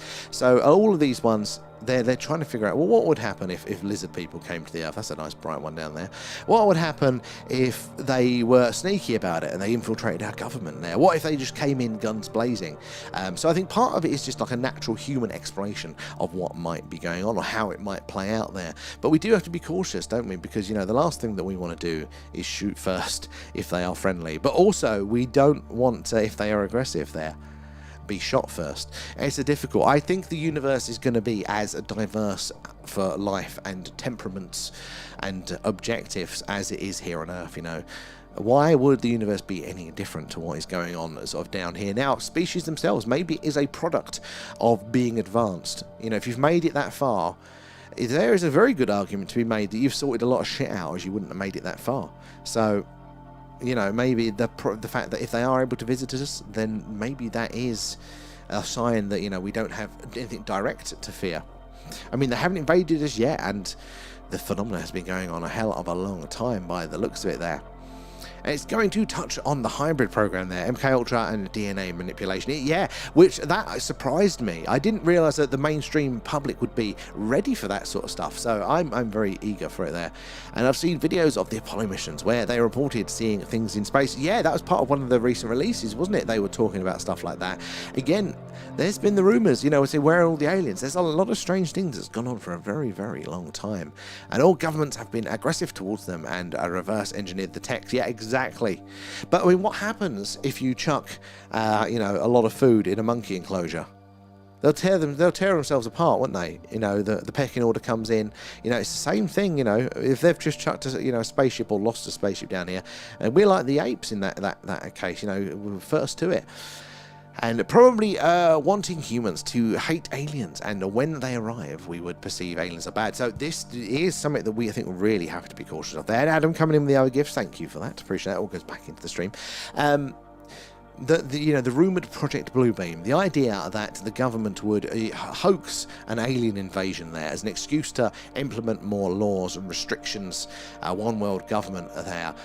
I think very, very plausible. They try it all the bloody time with conventional warfare, so as soon as the mainstream public, enough of them would believe in aliens, then that's a tool for them to use, so we have to be incredibly careful. We have waited so long for official disclosure and recognition that we have to be so careful about accepting what we hear. You know, what is the agenda behind all of these things there? And Northern as well there. Northern, much thank you for the gifts. Appreciate that, guys. All gifts, subs, patrons, members, super chats, all that jazz, and merch goes back into the stream there, help us improve what we do. In fact, at the minute we're saving up to take the show on the road, do a live Skywatch from Rendlesham Forest, part of our UK hotspot tour. And Northern there, I've seen something tonight there. 2 orbs in the sky over northeast Durham there. Brilliant. Again, just exactly what I love about doing this is getting in touch with all you guys, hearing these stories you wouldn't have heard elsewhere. Tell us more about these orbs. Was there any colour to them there? Were they moving fast? Did they change speed or direction? What that is phenomenal. Honestly, seeing it with your own eyes, like outside, you know, at the minute that camera's 10 metres in front of me. This is my sky, it's live, but I'm inside in my green room looking at screens, very detached. When we do this live on location and we see some of those things, it's a very different story. I do go full Scooby-Doo with that. Have you seen Event Horizon? Oh, the movie ad for Event Horizon. Not the ad. I've seen the film, but I tried to look at them the other night because I don't know if it was you or somebody was saying that they're going to do a second one, but all I could find was a comic or something on it there because I thought it was a cracking one there. And False Widow there, what are we looking at? So it's the night sky. This is the night sky live from Wiltshire here in the UK, right in the heart of Crop Circle country and just down the road from Stonehenge. There we're looking at for UFO, UAP, things that are moving in strange ways that are not satellites, not shooting stars, all that sort of jazz. And the night sky is just beautiful as well, so it's always good to keep your eyes out for that. But yeah, do help us spot there. Drop the grid reference in the chat. I'm going to move the camera around slightly. There we go. Takes me a second. This is one of the things we need to bloody upgrade. Gets there a second. So, alright, let's see if we're getting any more activity in this part of the sky. Look, we've already got one thing coming in here. So, right, look at this one here. Zoom mode activated. We're going to see a lot of objects like this tonight. Now, this is, by the looks of it, a man-made satellite. It is going a straight line at a consistent speed, and therefore we can't say that it is anything other than a man-made satellite, unless it does something strange. So as I zoom back out, you're going to lose it, but follow it again, find it, follow it, where is it, middle of the screen here, follow it across the screen there, wait, and see if it does anything strange, and then we know that we've got something a little bit stranger. M to the C, loving the stickers are there. I find radio signals from other galaxies interesting. I mean, the universe screams in radio. And where you've seen the photo I shared with you of that being that visits me, DJ, that is haunting. Like, yeah, no, that, I saw that and the world is just far weirder than the mainstream would let you believe. But maybe that's the point. Maybe everyday people to get on with their lives and not think about all of this. Maybe it's essential so they go to their office jobs to do their thing and not spend the time thinking about it. Maybe that's why society functions. And Northern there, it was mental. They went fast along the horizon of the sea and then came inwards towards the land. That change of direction, if you can be sure that that's high enough that it's not going to be a drone or something, but I mean the speed will probably tell you that one. Very interesting there, very anomalous, the change of direction, because if it's a satellite they can't change the direction. Purple Haze, thank you for the follow. Where are you joining us from tonight there? I had a crop circle last year after asking and seeing stuff. So this is it. Somebody was mentioning the other day that we should try and do that at night, camp out at a crop circle and see the Sutton Venny one. Purple, that is literally on our doorstep. That's the one that I visited last year. Can you do us again and ask for another one, because we'd love to have another close by one. In fact, in the same field would be good, because that farmer is very friendly and would let us probably do a live skywatch from the crop circle. So that is phenomenal, because that's the first crop circle I'd ever seen. That is pretty cool. And Northern as well, I was fishing and packed up and came home scared. This is the thing, a lot of people go, it's such a great experience, it's showing me that the world is so much more stranger and interesting, and they're getting in touch with that, and great. But that's not my first reaction. My first reaction is shit. So very much feel that. And DJ there, but I see them most nights. That I had 4 one night and in my living room, and it's amazing. So I suppose if you're seeing them that much, maybe you kind of get, they're not necessarily dangerous, maybe it kind of eases you into it. That would still terrify me though. And it is a bit tonight, isn't it, Drewski? I mean, we're getting some movement, but it's not as busy as it has been. Not by some shot there. So make sure you're following or subscribed, guys, because we do this every night. Clear skies, it's UFO, UAP, Skywatch. Cloudy nights, we do an alien radio signal hunt. We search the hydrogen line, the channel on the radio dial, where the wow signal's heard, but where scientists think we are most likely to hear a message from ET. Just going to finish up the TikTok chat, and then I'm going to bounce back over to YouTubers who've been patiently waiting. And, oh, there we go, Shooting Star. That was nice. First one of the night there. And where are we? And R4 there. Hello, mate. Just got free for the night. So great to see you back up and running there. Oh, excellent, R4. Good to see you in. Yeah, we had such a stress. And technically, that we're still having computer issues. I need to send it in one more time for one last fix, and then I can get it all plugged in how it was. We're limping through at the minute, but I can't tell you how unreasonably stressed I've been about all of that. Oh, good use of the interactive grid there. I love that. So, guys, if you drop the grid references in, if the mods see it and they think it's anomalous enough there, they will highlight the interactive grid, therefore getting my attention no matter where I am in the chat there. And Christopher and X, how are we doing tonight, guys? Thank you for the gifts. So appreciate those. They'll all go back into the stream there. And Adam, what got you into this? So I've always been curious. I like anything of a good mystery there, whether it's ghosts or, you know, mysteries, the Bermuda Triangle, or the UFO stuff. Always been very, very interested in it. And I've had a few spooky experiences, but never anything on the UFO front. Never really paid much attention to the night sky, being in Essex, or the light pollution. But moving here to the country, two things. Firstly, looking at the night sky going, fuck, I can see it all. This is amazing. And the second part of that was that this little town here has its own UFO flap, a really, really big one back in the 60s and 70s. And I'm like, is it still going on? And that's where we get our name from. It's what we're doing. That's a good question. What about you guys there? Drew, you keep up the good spot in there. And Purple, I said if you are a real, or do a crop circle, and it rocked up a day later, wrapped around trees, 30 minutes away there, and it had a Celtic bracelet design in the middle. Yes, I remember it. I mean, we visited that one. Try it again, because honestly, not even being funny, I'd love to have another one, a local there, because that was the first crop circle I'd ever actually visited, literally right on the edge of our little town there. Make-A-Wish, exactly there. And DJ, no, they're not harmful. They are actually peaceful, just eager to show me stuff. So DJ, I think that's probably why you're much better, better to balance than me, because it'd take me so long to get over the fear of something like that. But yeah, right, why would we assume harmful? Again, like with the UFO phenomena, if it's been going on this bloody long and they've not necessarily taken over yet, you know, if you've had these interactions for years, then why would we assume they're necessarily aggressive? I think Mother Earth energy does them. That could be an interesting angle to it. I have heard similar things there. I'm a Reiki master and work with energy of the planet. Now, Reiki is very interesting, and I've got to admit, I was very, very cynical of all of that sort of stuff. But somebody did it on me once, and I was not expecting anything. And oh my God, it just drained me of energy. Apparently that can happen sometimes. There's something's going on. And God, glad you've got it mostly sorted anyway. Seen anything anomalous the last couple of nights? No, just grateful to be back on, to be honest there. We had a clear night last night and tonight there.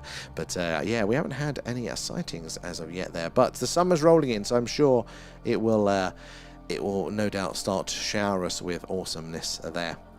Needed 2 minutes to chill. Are we the chill one now, X? And Purple, I've no idea where energy comes from, but amazingly called the universe. Honestly, I think, yeah, even scientifically, though, we're just so far behind. Right, I'm just going to bounce over to the tube chat. Where did we get to? Because Rev was talking some very interesting stuff there before. Oh my God, I missed quite a few from you guys over on the tubes. I didn't realise it was stacking up that much. Where did we get to?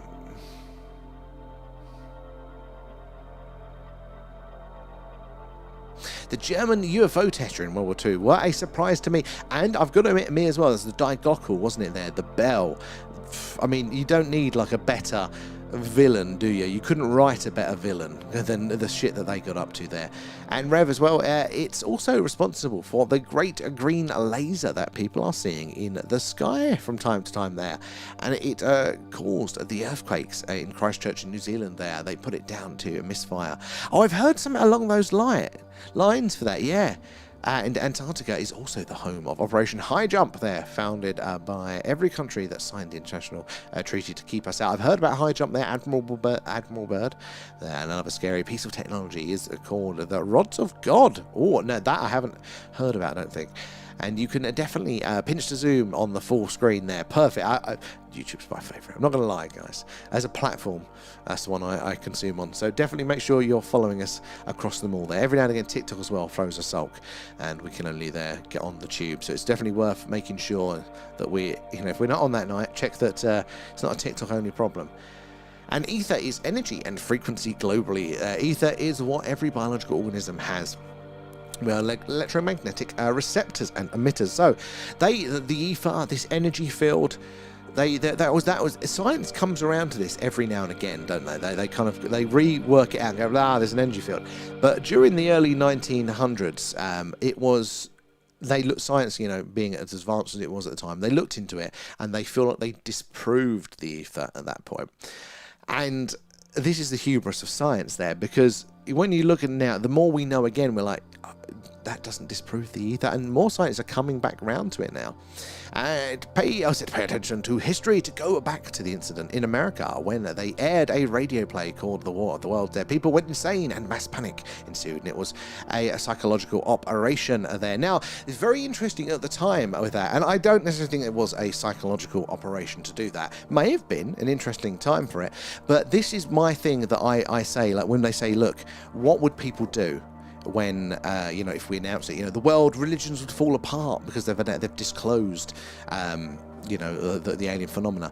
I argue no, because during the turn of the last century the early 1900s, it was, in the late 1800s, it was a commonly held belief that Mars and Venus were occupied by intelligent life, and they may be sending us signals. They thought they could see the canals on Mars. They were all pretty confident. That was the mainly held belief, that there was other non-human life out there on those other planets, and it all functioned perfectly there. The only reason people shit themselves with the War of the Worlds radio play was because the way it was presented seemed like a live, broadcast there. But this is the thing, that probably only worked again because still at the time that was the traces of that belief. That it was still expecting, the first question was answered, that life was out there. So you're telling me I'm hearing something talking about an invasion, then it's possible. But yeah, I think it actually proves the point that we would actually be fine. Not there wouldn't be no friction, of course there will be some friction, but I think overall we would be fine there. And Professor, a love frequency primarily refers to 5 to 8 hertz there, a soft radio frequency, I can't pronounce that, widely believed by sound healers to promote a deep healing, spiritual connection, and the manifestation of love. Very interesting. I honestly think there is so much more to this. These are the neglected areas of mainstream science, and it doesn't mean that there's nothing to it. It just means that science hasn't got around to it yet. But I think if we did put in the effort, we could learn the rules that govern these things. We could learn so much more. But sadly, the mainstream scientific community kind of treat it as if we've not looked, there's nothing there. I think that just seems very, very counter to the point there. And Rev there, and then come from the global speeches from world leaders there, talking about forming a new world order in case of extraterrestrial attack. So yeah, you had Reagan talk about that, and what was the Russian one that was talking about it as well? And it's very true though. Whether they were kind of being a bit conceptual with it, or maybe they were, thinking about that sort of thing. I mean, why was Reagan interested in Star Wars and planetary defense, and also coming out with that stuff? It's not a slam dunk, but this is the thing. When you look at it through the lens of the information that we're getting at now, you're going, maybe there was something to that actually, maybe. I mean, but he's totally right there. The way the human mind works is that we have to have things in common with everything else there, and if we've got an external threat, then we have one thing in common with the rest of humanity, which is we're under threat, and at that point all of our differences would dissolve. It is very, very true. That's the priority. It's a dynamic nervous system thing, which is, I think, is very interesting there. Tank is in there. My ETNA there has a lot of UAPs at the moment there. Do you think it's a bit of a flap going on? And now the government is being run by an overpaid criminal toddler who is cahoots with all the people influenced, including Steven Spielberg. This is the thing. I think all of them. I am no fan of any of the politicians, but this is the thing. They're all up to it. They're all just as corrupt as each other. The only difference is which flavour. But do we trust them with things like this and disclosure? It is a product, isn't it, of working in groups. They say that as soon as you get bigger than 5, your efficiency drops by 80%. It's just a natural. It's physics basically for reality. Oh, that's a nice bright one. Just about to leave there. But yeah, it's the physics basically of how the world functions there. But we have to push against it, don't we? We have to fight against it there. And very late in there, but you're in there, Liberty. Did you have trouble getting all the horses back in the stables? How are you doing? Good to see you there. And Tank there, something I said, what was it? Oh, Paralegal there. I meant Paranormal, yeah. That was, no, yeah, that was the chat, yeah. Is it Paranatural, I think? Paranatural, yeah. I checked him out. Yeah, I'd caught him. He used to be on TikTok, and I hadn't seen him on TikTok in ages. So I think he's on the tubes now. Yeah, very good Zoom. You're right. And if you paid attention to Donald Trump, even a little bit there, theatrics is his game. It very much is. It very much is his game. There too. I think it's obvious to most people, and it's convenient that he's releasing anything to cover up the Epstein files, and Spielberg is helping him to do it. So this is the thing, you know, that's not necessarily conclusive. I actually do lean that way, but this is the thing. We're seeing 1.2 point, and then we're jumping to 8. And that is where the imperfection and where we can make mistakes there. So do I think that he is using this as a cover for the Epstein stuff? 100%. Of course he bloody well is. But it doesn't mean that two things can't be going on at the same time. We have to be careful to not, you know, spite our face, you know, with this sort of stuff as well. Ultimately, the best distraction for something like that is the truth that something is going on. Now, do we think that they would give us, you know, any drop more than they need to just keep us quiet? No, of course they wouldn't. Can we take it for granted if we go quiet, you know, if we've been distracted successfully? Of course not there. But this is the thing. I think it's a more nuanced conversation than all of those things. And yes, when War of the Worlds was aired on the radio, they created a massive panic, apparently. It did. And again, people weren't as connected back then. Again, it was just the radio. I don't think they did television in the 40s, did they? Not on a mass scale anyway. But they believed, I think, you know, at that time still, that, you know, life was there. We hadn't sent those probes that far out. We hadn't, even at the time, we didn't have satellites in orbit. Our space technology was very, very limited. It was just telescopes still from the ground. So with that knowledge, that was much more plausible. It's a recent thing that we've thought that we're alone there.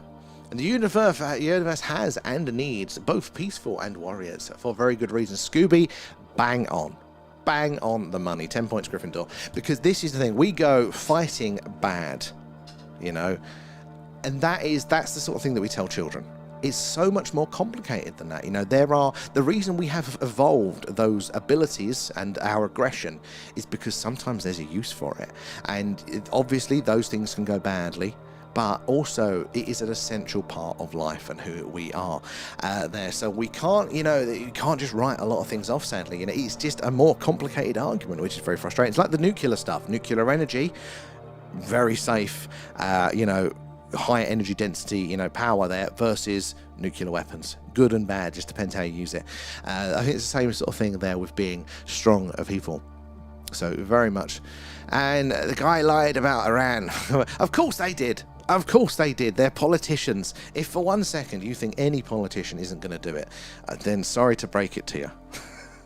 The trick is that it is a game, you know, and that's not to say you don't vote or don't feel particularly either way. But the problem is, if they're at that level, that, you know, it's already too late. Where are we there? And humans are actually, but we really are. But also as individuals, this is the thing. It's not just good and bad people. As individuals, we have good and bad within us, some more good, some more bad. But it's not as clear cut, is it? As the Disney fairy tales would lead you to believe. This must be a disclosure or misclosure there. I like that phrase there. And ironically, they made the servitude to the gods sound like a good thing. Actually, yeah, Rev. Actually, good stay and age there, yeah.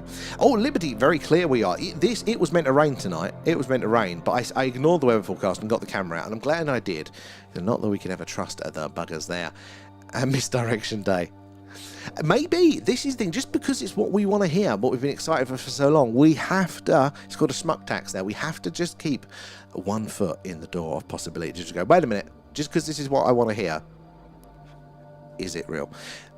So, you know, it's how scams work. When you already believe something, it bypasses the filters there. And Rich, the wife has just let me know she has a surprise for me, and she has bought us 2 tickets for Disclosure Day for tomorrow at the View in Cheshire Oaks. It's her birthday on Sunday, so she treats me. Oh, that is nice. That is very considerate of her. You have to let us know what it's like. I think it's going to take me a while to see it there. She's a keeper. Rich is a keeper there, and happy birthday for Sunday. Remind us when we're on stream, because I will forget, but we'll be on. And if you are on, hopefully you've got some better things to do, like seeing a film. But if you are on, do remind us there. Where are we? Down the list there. C2, good spot in there. Indigo. I'm sorry I'm so late to the party with that one. And yeah, I walked 6 miles up the garden there. Couldn't find the horses, and that's just the front garden. I have to walk another 6 in the morning to get out at the end of the garden. Staying in one, going to stay in your annex tonight there. You're staying in the coach house. Sputnik, the first satellite professor, the first man-made satellite to successfully stay up there in orbit. Now, we were sending rockets and sort of things up there, but they weren't staying up there for very long, which is very interesting because looking back on those old photographic plates taken by telescopes on the night sky previous to Sputnik, there appears to be a lot of the stuff that we are seeing like tonight, a lot of these objects that we're seeing now, but there was nothing man-made up there. So what could they be? And Backyard, how are you doing there? Normally you join on TikTok. It's good to see you in there. Something is moving. Keep your eyes on it there. We're going to, if it changes course or speed or trajectory, that is what we're really interested in there. We'll zoom in on there. Spotted a few more since then. Keep your eyes. Yeah, I'm so far behind now. I've got to find out where I was over in the TikTok. Where are we? Guys, if you are just joining us, remember, we are doing a live UFO, UAP, Skywatch, coming to you live from Wiltshire here in the UK, said right in the heart of Crop Circle country, just down the road from Stonehenge. So do help us spot those weird and wonderful things in the night sky. Drop the grid in the chat and we'll zoom in on the really interesting stuff there. But also say hello, let us know where you're watching from. But more importantly, we do this every night. So it's clear sky, it's this, you're looking out for UFOs live. If it's a cloudy sky, we do the alien radio signal hunt there. So if you've seen the film Contact, we've got a big radio telescope pointing up to the night sky, listening out for potential signals from ET. Right, where did we get to in that chat there? More you have, more energy you get, or maybe what's that? The practitioner wasn't energized enough. Maybe. I mean, they said, yeah, I've got a lot of other stuff going on. They were saying, oh, maybe it's to do with like that. But yeah, I came away like feeling ill. How drained I was. It was really interesting. But again, that's physics as well, you know. Oh, good use of the interactive grid, and that is a bright one there, boys. Let's zoom in on this one. Zoom mode activated. There we go. Look at this one. So, at the minute, it is at a steady speed and at a steady rate. Well, there's a very faint one there coming through. Steady speed and a steady course are there. So, keep your eyes on it. Oh, look, another one down here. As I zoom out, I'm going to move across the screen, but try and keep your eyes on it. There. We are looking on all of them, actually. We're looking to stop dead, change course or trajectory, because something like that will tell us for sure that it is, in fact, something a little bit stranger. Been outside checking out the busy sky. Any good sightings there, Holly and Z? Thank you for the follow. Where are you joining us from tonight? They've been here 3 times tonight to see the regulars there. X just sneaking in the background. Energy is very transferable. So, but that is the nature of energy. It is conserved, isn't it? It is never destroyed, but it is transferred. That's why I stay single, sensitive. There. And quantum entanglement is crazy to explain. Distance Reiki. Oh, I never thought of drawing the two together, but I mean, look, the quantum world is amazing. Oh, we got a flasher. Anomalous object confirmed. Where is it? Where did it go? Oh, is that the fucker? Zoom mode activated. It's dark. I can't really see it. Oh, there it is. Seems to be on a regular flashing cadence. There it is down there.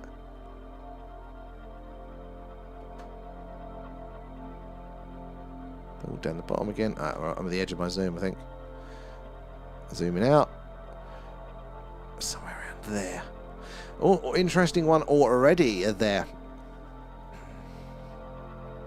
Where did we get to? Where did we get to? Oh, sorry guys, trying to find a place in the chat. Oh my god, there's so many. Oh my god. There you go. It's got to it there. Intention is powerful. We're hearing more and more about that to be very, very true there. Mark as well, Paranormal Investigations. Thank you for the gifts, guys. Appreciate that. All goes back into the stream. How are you doing? Z, I really don't think much will change. We will still go to work and carry on. I think you could be very, very right there, Z.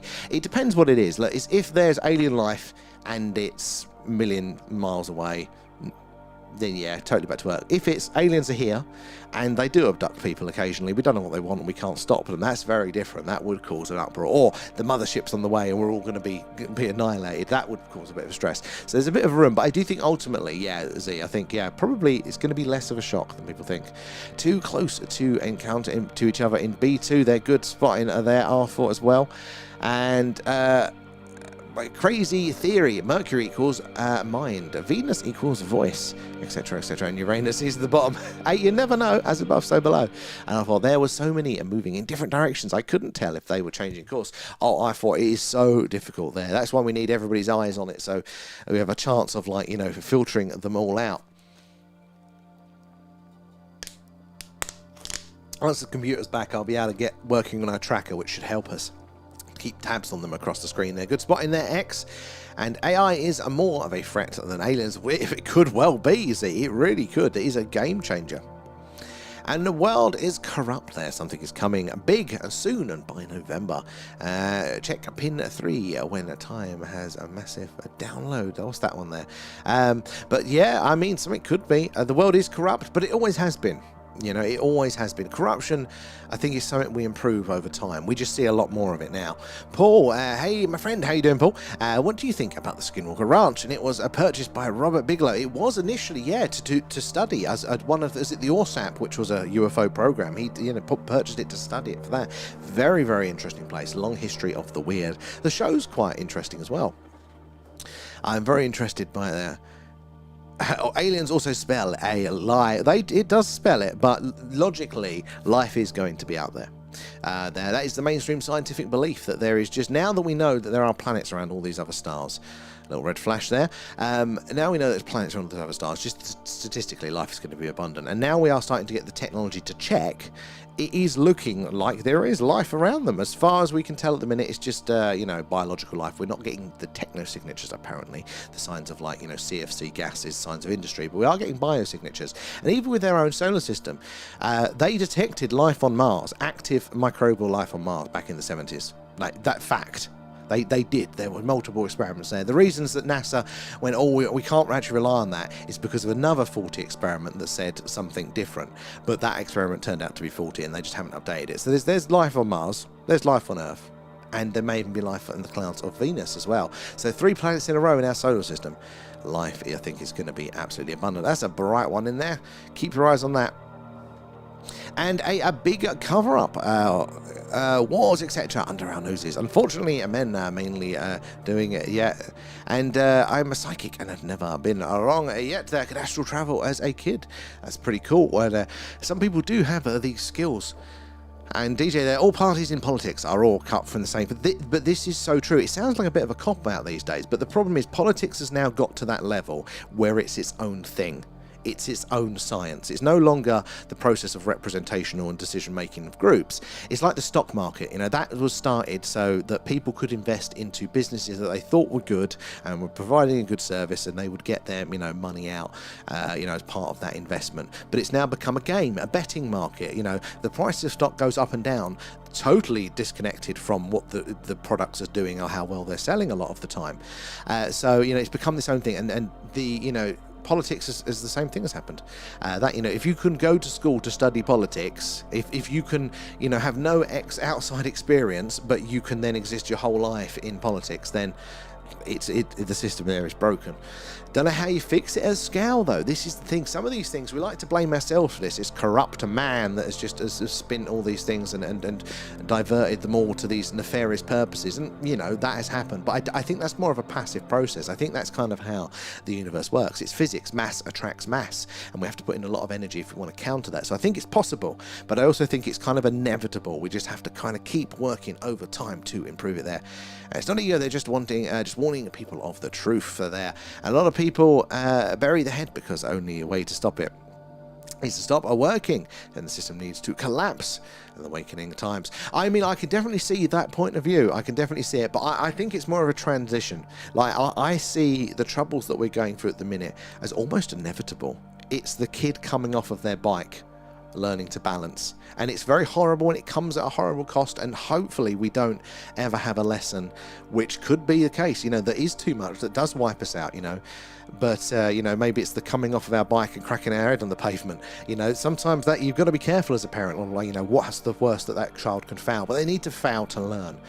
And I think we're the same, just with much more expensive ways, of doing it there. I think it's the progression over time, but it does not mean that inevitably that we are going to work out on the right side of this. We have to constantly fight for it. We have to constantly push and not to rest on our laurels. But I do think it is more of a natural part of it there. And if you've got your wedding anniversary, and it was on the 6th there, Holly. And normally it's the other half that's meant to forget it there. Are you in the doghouse?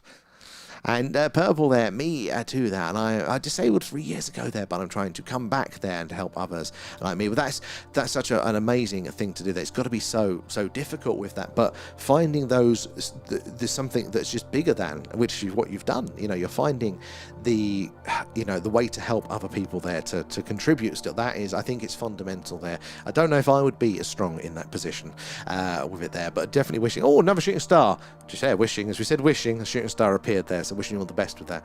And I don't want to rely on the system. I don't want the chip. And the purple, this is the thing, that is the direction of the system. And there are incredible risks to that one. Incredible risks there. Mark, just getting your message now. How are you doing there? Community in the woods would be, honestly, cabin in the woods, I would love that. Not just for the light pollution there. And paranormal investigations there. Have you seen the music played into sheet of metal with the sender? Oh, yeah, what do they call that? But basically, certain frequencies will produce those psionic patterns or something like that, semantic patterns. But there are, in fact, do I have some on my shelf? I might have some. 2 seconds. Oh, where is it? Yes. No, where's it gone? There was a company logo that I absolutely loved. Every now and again somebody gets their branding just right, and they were using those patterns as their symbol. So I used to keep them up there. But yeah, they're these weird, and the frequency will organize the particles, whether it's sand or dust or whatever it might be, into these consistent patterns of waves and circles. It's crazy to see. You got to check those one out, guys, for that one. And DJ Spider there. Wiltshire, hasn't there been at least 3 crop circles? So there have been quite a few lately, but not close enough for me. I want one on the edge of town again. They're nice and easy there. One day exactly. 4 objects as well. Very busy at points time. I'm glad I moved the camera around. We've got 2 coming in. The second, if you move the camera to the left and slightly lower, you will catch them. I can move it to the left, but I can't get it any lower. This bloody thing won't adjust, sadly. Is there 2 months, October to November, but they're meant to be something happening during the World Cup. Really? I mean, we hear a lot about 2027, don't we? But we're a little bit short for that one. And B1 direction change, TikTok bollocks. I'm going to have to check the recording after that one, TikTok, because the direction change, that's slam dunk anomalous. That is full on UFO there. And I had download in November last year. In a meditation there, not sure if true, but all other things said I have. So this is the thing, people do report connections like that, so may well be there. April B3, good to spot in there, 5 on screen that are for. And I asked what is at the end of the world, a space as a kid, and I was told a wall. Now I realise it must have been an ice wall. That sounded like the flat earth sort of stuff. But see, this is the thing with that, it's like, it's the same when normal scientists say, the universe is the top layer. I go, well, what's the universe in? My brain is just so thick. I'm like, but what's it in? And I'll be the same with the wall. What's behind the wall? The wall's got to be in something. There. 7 as well. My God, that was a very busy time. And how do we know? Space isn't a big projection. I like them lights you get for bedroom walls. So this is the thing. I do believe that space is roughly, whether our understanding of it is correct, I do think the mainstream is roughly in the right direction. But I haven't done that science myself. Now I know that I can tune in, say, like when the ISS flies over, I can use the radio equipment that we've got to pick up signals from it. So I know something's up there that's sending the signal. There's a lot of cause and effect to that. In the same way that we tune into things like the hydrogen line, that you can actually see the line of the hydrogen within the galaxy, the Milky Way part of it. So there is something going on. but is our interpretation of that correct? Because a lot of the stuff, talking about black holes and things like that, they think that that's what's there. That's the best working theory, and it might be right, but it's not a slam dunk. So maybe there is a lot. I'm relying on other scientists, which aren't necessarily very forthcoming in how confident they are. So I'll always keep a little bit open to the other things there. House there, and by being disabled, it made me work inward and to become a more psychic. So everything for a reason, but that is true for a reason there. Cymatics is called. Excellent there, R4. Brilliant. So yeah, the patterns there from vibrations and frequency. And then bonus, I'm almost back to normal since I visited the crop circle and sat in the middle. Really? Well, that is very, very good news. And how interesting that I do cymatic dancing, and it's called that to remove the trauma. I've heard of that. Yes, that's why it rang a bell. I visited it last July in Wiltshire. So yeah, that was the one. That was the Sutton Venue one. Yeah, we got to that. I think it happened didn't it, at the end of May? I think it was. And I can't think it goes on. And it's only 5. And DJ, it's not a flat Earth, but it's the Earth is meant to be bigger than what we were told. Okay. Oh, I get what you mean. Yeah. So, like, with outside of the wall there, possible. I mean, even in science, super Earth. I mean, the accretion model for how planets are formed. Again, lots of contested around that one, but we take that one as our best working theory. Again, I can't do the maths myself, so you have to rely at some point, don't you? But it doesn't mean it's certain. It's not the... And we only believe what we're told, but my sixth sense does. It doesn't always align, and it's good not flat Earth there or around, mainly energy and dimensions. Yeah, so whatever reality is, I mean, we're not solid objects. This is like a trick of our perception. We're an energy wave. So, maybe a lot of our perception is just totally off. For all we know, black holes could be giant machines. Have you heard of the star that's supposed to get brighter and darker, and people think it could be Dyson? Yes. So that is one of them's Tabby star, and the idea, guys, is that we're monitoring, like the big telescopes. They're looking at all of these dots, right? So we'll take this one. Zoom mode activated. And what they do with their big telescopes, we can't do it from here, that they can actually kind of measure the brightness of these dots, like to very subtly. And what happens if a planet goes in front of that, a big enough planet like a Jupiter-sized one, the planet in front of it will block out a tiny, normally like just a single-digit percentage, even if that, for a big planet, they block out the light. And they can, if that's regular, they can go, oh look, there's a planet, there's something in orbit there that's blocking that light. But they've noticed when they've looked at some stars that it will dip 20-25%. One occasion, 90-odd%. 90-odd% it dimmed by. And now that is, we don't know of any ways that can happen other than there is something fucking big in orbit around that star. It's not just like from our perspective, something closer to us, because that would only pass once. So it's got to be in orbit if it's keeping up the rhythm there. And yeah, so the only thing we can think of are potential like mega structures, like they call it a Dyson sphere. And the idea is that an advanced civilization would essentially encapsulate their host star to take all of the energy before it dissipates out into space. They'll just capture that energy straight away and make a shell around that star. So maybe, with that amount that's being blocked out, maybe we're seeing that being built or something like that. No mainstream explanations for those sorts of things yet. It's very, very interesting. But funnily enough, that particular star, Tabby star, they call it, all of the other stars around it that are the same type, because all of these stars that we see, if I zoom out, you see they're all different colors. Well, basically, they're all they're burning different materials. They're different sizes, different temperatures. So different, you heard like a red dwarf, that's a small hot red one. We're a white dwarf, I think, technically, so we're not necessarily a bigger one. But yeah, they're all different sort of stars. They emit different light. So you think about plants. Plants might not be able to grow around a lot of these ones. They just wouldn't be getting the energy from that sort of light. All sorts of variables, essentially. But the stars that are similar, and I think these stars are very similar to our star as well, which we know can host life. All the similar ones close by are also showing these weird dippings in brightness, kind of like the Project Hail Mary, where the thing is spreading, the astrophage there. But it might be a technological thing. There, and NDA there. Oh, speaking of which, I need to sign one of those. You've just reminded me of something I need to do for work there. And do you think that in Miami, closure will happen? Oh, I don't know. What do you mean in Miami closure will happen there? What's that for?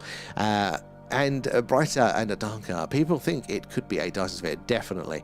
And where are we? TikTok. So what is your thoughts on the Danny Dyer UFO program? I mean, I quite enjoyed it. I thought it was quite, funny. I do like a little bit of Danny Dyer. I like seeing him in that sort of world there. But like most of those things, they barely... we've been spoilt with YouTube, haven't we? Like the details that we can get now from some of these amazing creators out there that are really getting up new interesting information, new theories, to bringing it all to the table. We're spoilt for choice there. So the mainstream broadcast stuff that kind of has to follow the beginning, middle and end and tie it up in a bow is never going to hit the spot in the same way. But I did enjoy it. I did watch it recently. There are several wars, moons and suns. And DJ, I've just caught a couple of objects in view in C3. Hopefully I'm not too late to the party for that. Right, C3, I've got that one in sight now. Hopefully I'm not too late. Thank you for that, DJ.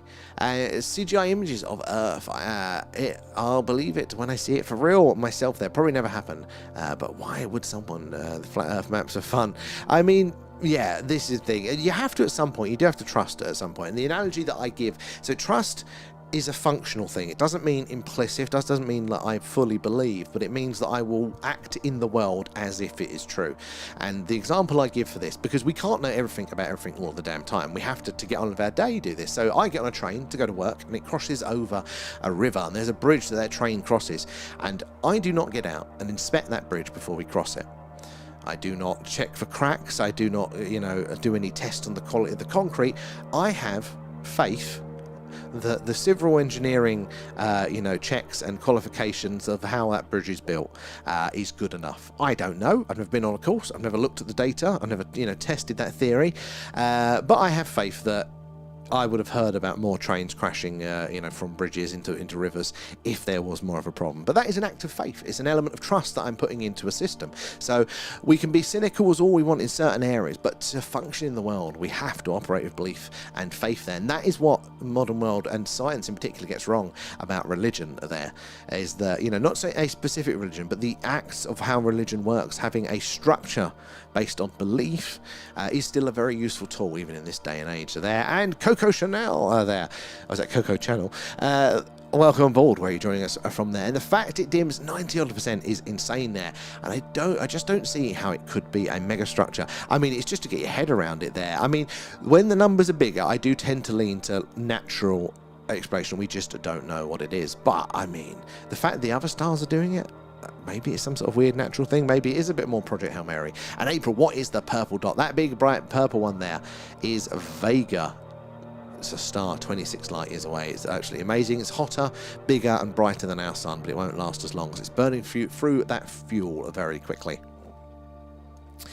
Mothership of some sort sounds silly. It does a bit, R4. I think the only way, realistically, is if they have managed to invent warp drive. That's how they're going to get from A to B. That sort of thing. It's the only way to traverse these distances, because of the speed of light limit. It's even with the speed of light, it still takes a fucking age to get anywhere. But you have to get close to it, excuse me. So they've got to invent warp drive. And if they're doing that, it doesn't really matter how big the ship is. They'll just be here like that. So big mothership coming in. I'm questioning all those. But you never know. Maybe just because there are some advanced species, maybe there are some less advanced ones that are still doing it the old-fashioned way. Sad but true there. TikTok is only the media thing that I do there. Purple. I get stuck. Oh, look how orange that one is. Zoom mode activated. Again, think of the colours that we're seeing tonight and how orange that is. And it reminds you, doesn't it, that ionized plasma would glow orange, which is what they think would happen with the craft's propulsion there. So maybe that is a little bit of an indicator. Now, we can't say for sure, again, until it does something strange. So as I zoom out, keep your eyes on it on the screen. There it is in the middle. Look at this, compared to that one, how orange that is. Is that ionized plasma? Could be very interesting. Oh, it's too late. There's free coming. Well, thank you, DJ. I do appreciate it, even if I missed it there. And that's what they think is causing Betelgeuse to dim or something, orbiting it. So, yeah, actually, that was very interesting. The last I heard on that, and again, they always say as if they've figured it out, but really, it's just their best working theory. But for Betelgeuse dimming there, that is another bright orange star in our sky. We had that during the winter. We were watching that, and I think that's going to go supernova at any point. But apparently, right, the Betelgeuse is actually a binary system, and normally that's multiple stars that are orbiting each other. Normally there's a big one, and then there's a couple of smaller ones if it's a trinary system. But in this case of Betelgeuse, apparently they think that the second star, the much smaller one, is orbiting so close to the main Betelgeuse star that it's actually technically within its surface, and it's skimming through the top layer. This star is surfing through the top layer of its host star, the bigger one that we can see, and that wake, the way that it's churning up all the gas, kind of like the wake of a boat going through water, is causing the dimming. I was like, mind blown with that. I think it depends how you see reality. Yes, split particle experiment. Well, the double slit experiment. I mean, this is the thing. Like, the chances that we see or even can conceive of what objective reality is very, very slim. There, we don't have all the sensors. We don't even have potentially the cognitive capacity to fully understand it. We're always going to have our version, our interpretation on it. And there's a nice green one right in the middle of the screen there. The chance of it going to be accurate. It can be functional, but is it going to be accurate?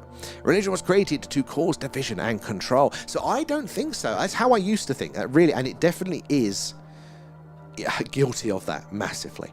But I don't think it is. I actually think religions as individual ones, they're all people's rolls of the dice of how to work in bigger groups. Because there is no harmony by default. That's what we always forget, is actually we are worse off without culture and society and civilization. We just can't function at the scales we are, so the default is actually even worse savagery. But doesn't mean that those systems that we create aren't corrupt, but it seems to me that over time they are getting less and less corrupt, and it's difficult to argue that at the minute. But I do think though that actually out of time that is the case, and religion's the same. I think we have to think of it this way: is that science is a scalpel. It's a very precise instrument, and you want that for very precise, for the jobs there. Art, religion, philosophy, all of these things, they're other tools to try and navigate the world, but they're for different situations. Like, you wouldn't want to perform surgery with a machete, but you wouldn't want to work your way through a jungle with a scalpel. It's knowing which to use when. And look, if you are a scientist, or if science has figured that thing out, great, let's use that the best that we can. We'll take that knowledge down. But in the areas that it hasn't looked at, then we need those broader, less precise mechanisms to navigate the world. And look at the morality issues that we're having at the minute, because we've sacrificed all of the religious component there. There isn't a lot of structure for people, so I think they're tools for different jobs. It's not like that one or that one. And it's very telling when scientists are religious about science. That is always something that I find hilarious there. And I've trusted myself more than anything else around to be honest there, and I live in the moment. I think that you've got to go for that. That we are so in the modern world caught up with what's going on here, there, and everywhere, and we forget our own immediate experience. And we've got to ground ourselves in that and then prioritize based on the things that we interact with in the world as ourselves there. Religion's control, to look outside of the self rather than within. Now, this is the other argument. Could those religions be fundamentally wrong in an angle and therefore overall negative? 100%. Honestly, that it's true. But the rather than looking at individual religions, the idea of a religion, I think, is something that we need to go there. God consciousness is an energy. I could get behind that one. Derelict Manchester, how are you doing? Good to see you. Have you been on any good hunts lately? Are there any good air vaccine? Good to see you there. My car is orange. It's a UFO. And indeed, religion has been manipulated to stop us, realizing that we are all a part of the source and in us. Yeah, I wouldn't argue against that at all. And I think some religions can just get it wrong, in the same way that some scientific theories can get it wrong. Again, some scientific theories, can have the best of intentions, but still lead us up the garden path. There, Peter as well, thank you for the share, and RT as well, coming in with the likes. Appreciate those guys. It does help us reach more and more like-minded people there, like yourselves. The more eyes and minds on the odd phenomena, the better. So the more we can all piece this puzzle together. In fact, the clouds have held off for us tonight. I'm actually quite happy about that. I was worried it's going to rain. There's just a huge storm of information at the moment, and it's so weird you can't distinguish what's right. The R4, I think this is the thing. It's an observation bias thing. Do we really think that our politicians are any more corrupt now than they've been in the past, or are we just seeing it? I would argue that actually they were probably much worse in the past. We're just seeing it more now. We're just able to see all the details, and we're horrified by it, and rightly so. It's very interesting that we've got a bit of social PTSD, because like, PTSD isn't just necessarily what happened to you. It can also be how you responded in a situation. A lot of service personnel find this, that in the heat of war, under those pressures, and then out of that situation, they can't handle what happened. Not just what happened to them, the other way as well. And I think that's kind of happened a bit to us there. If you look to the early 2000s, now the Iraq War, Afghanistan War there, that was really interesting. The first proper coverage with social media and the internet of a conflict. And all of a sudden, we in the West were looking at going, shit, are we the bad guys? Oh my God, we're doing this wrong, And it's like, we've realised that we are capable of bad, and now we view ourselves as all bad, which happens in people psychologically there. Have a hard time wrestling with the demons and the devil inside yourself. And that's happened to us culturally, I think, and it's kind of laying this narrative down. But those atrocities were always happening in the past, and they were happening by every side always. It doesn't absolve us from the responsibility, but we have to make sure that we are kind of being as objective as we can about it. It's absolutely fascinating the time that we are living in with this there. It's perfectly clear our universe. Yeah, we are very, very lucky tonight. I've been very excited by it there. More corrupt now. DJ, I don't think it is more corrupt. I think it's the other way around. I think we're just seeing the levels of corruption. I think the light is being shown on it now, and we're just seeing how bad it has always been. I really do. And I could be very wrong about it. I could be very wrong. But I just think, think of what they could have got away with in the past. Especially when all the historic stuff as well. This is what's quite interesting. Like, you look at all the horrors that were going on in the UK government with, the Dolphin Square stuff, and you go, we had no idea at the time. It was all just kept, and we heard about it all being, covered up by certain prime ministers, covered up by the newspapers, because it was so much easier to control. Think back in the day when there wasn't even newspapers, or people weren't even literate there. What did the kings get away with there? What didn't make the history books? Ugh. Sorry, guys.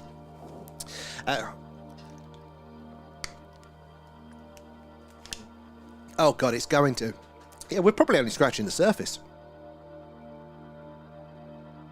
Oh, good spot there, R4. That was a bright one. Should we zoom in on one of those just to make sure we are doing something? That's the wrong hole there. Oh, bloody cursor. Why is that having a soul today? Zoom mode activated. Nice, slow and steady, this one, but we still need to see it. Stop dead, shoot off at speed, or change its course or trajectory, something like that will tell us for sure that it is in fact something a little bit stranger there. So keep your eyes on all that. I have to check out where we got to on the tubes as well there. The more advanced tech means more sophisticated corruption. Well, that is very right, and it is hard to balance, isn't it? Because there was definitely on a per head basis, like we go to medieval times, there are a lot more people getting stabbed. Weren't there? Altercations in villages could easily spill over to murder there. The local, whoever would go around, and just behead, whoever they kind of wanted. It was kind of on an individual basis, much more savage. But R4, C2, well, that's a good spot there. It was a bit more savage. But now, less of us are going around doing that sort of thing as individuals. Zoom mode activated. But one person can press a big red button and take out a whole city's worth of people. So it's an interesting, trying to figure out, does that make us more corrupt or less corrupt, or just better at being corrupt with the thing? Right, okay, zoom back out. Keep your eyes on the prize there, guys. Right, back over to the YouTube. Where did we get to? I don't think there's many comments there, is there? Hopefully the aliens give us replicators so we can be post-scarcity. Well, this is the thing. That would be, I think, it, Brian. It's not the rules that civilize us. It's the fact that our experience is shared. And if we did have a replicator there, all of a sudden, we could replicate a nuclear bomb and throw them at each other. But if I've got food and you've got food, we've probably not got much to argue about. If all of those other things, and look, there are so many intricate details about how our individual differences do vary, even within countries, within towns, so there's always going to be a degree of individual nuance. But the more we share those experiences, the less friction we're going to have. It's going to be technology that, the rules are all well and good, but you've got to be able to follow the rules. haven't you? That is the thing with it. That's what the authorities don't get. They think if we just put in the rules, then that solves it. But no, you've got to be able to follow the rules. That is the thing, you know. Otherwise, if your problem that's created by, you know, not being able to do something, it gets loud enough, you just have to do it anyway. But yeah, so that could, and that would also explain why, you know, the ETs that people do describe seeing do look very much like us. You know, they look very homogenized, don't they? They all look the same. You know, they've even their sexuality, their gender, the biological sex, that, you know, there are no reproductive organs there, because ultimately, if viruses aren't a problem, we don't need to split our genes in reproduction, so you don't need those parts. So maybe their flashing lights really de-poo me there. I can't around, how you doing? Can't easily explain them. Seen them twice there and appear to be non-local. Very, very interesting. The flashing ones are interesting, depending on the types of flashing. Sometimes it can be satellites and things, but they are ones that do interest me a lot as well. What's your best one? Have you ever seen like flashing colours? We caught one once that was flashing as it was flying across the screen, but each flash was just a clearly different colour. It was absolutely stunning there. Saw a green fireball years ago there. Very wow factor. Now, God, I'd love to. I've seen people out in the nature and they see that overhead. I'd love to see that one. Everything has a positive or a negative there. South, north, female, male, love and evil, black and white, plants and animals, opposites attract, and proves quantum entanglement. But see, this is the thing. I think it's an inherent product of nature. You know, it's like we talk about wealth inequality and stuff like that. You know, well, wealth, you know, mass attracts mass. You know, that is the thing. That is how the planets form, to our understanding there. Doesn't mean we can't do anything about it, but like when we get a rocket that, you know, is trying to go against gravity, we have to put a lot of fuel into that to bypass it there. So we can choose to, but of course wealth is going to pull. No matter who's got it there, there's always going to be disproportionate, you know, people to get it. So, you know, there's a lot of this, we go, it's us as bad people and as humans we're bad, but a lot of it is just the physics of the reality that we live in there. Civilizations are typically classified using the Kardashev scale, which measures a society's technological advancement based on its ability to harness power of consumed energy. This is true. I can never remember which way around it goes. Is it like we're not even level 1 yet, which is the first on the scale is basically harvesting all of the energy that reaches your planet, you know, from your star. So we don't harvest all the energy that comes to our planet yet. So we're not even level 1. And then it's harvesting, is it all of the energy from your star or two, that's the Dyson swarm, and then it's harvesting all the energy from all the stars in a galaxy is level 3 or something like that. The best way to create is to create a Dyson sphere. Oh, Dave there, just stopped in to say hi. I hope you're still here there, but good to see you there, matey. Everything is a wave there, and potentials until you observe it. It's part of the, you know, to our understanding of quantum physics, exactly. Red flash in B3 there. Oh, good spot. I'll keep an eye out on B3. Thank you for that one. And Geo there, proper red dot flash for 30 seconds back. I'll check it on the grid. Sometimes, if it's bright red, if it's proper red, not just a glowy orangey red, sometimes we get hot pixels. So like we actually got one there. It's not as bright, but sometimes they do flash in every now and again. But the flashings are more interesting than, say, that bit that's just static there. So I will keep an eye out for that one. Kira and Macron are about to take us to war with Russia there to stay in power. 100% would believe that. 100%. Arseholes. And I could sit with an alien and have a cup of tea, no problem. And it's all the religious nuts that will go wild. So this is it's not just religion. It's anybody that holds any belief very tightly.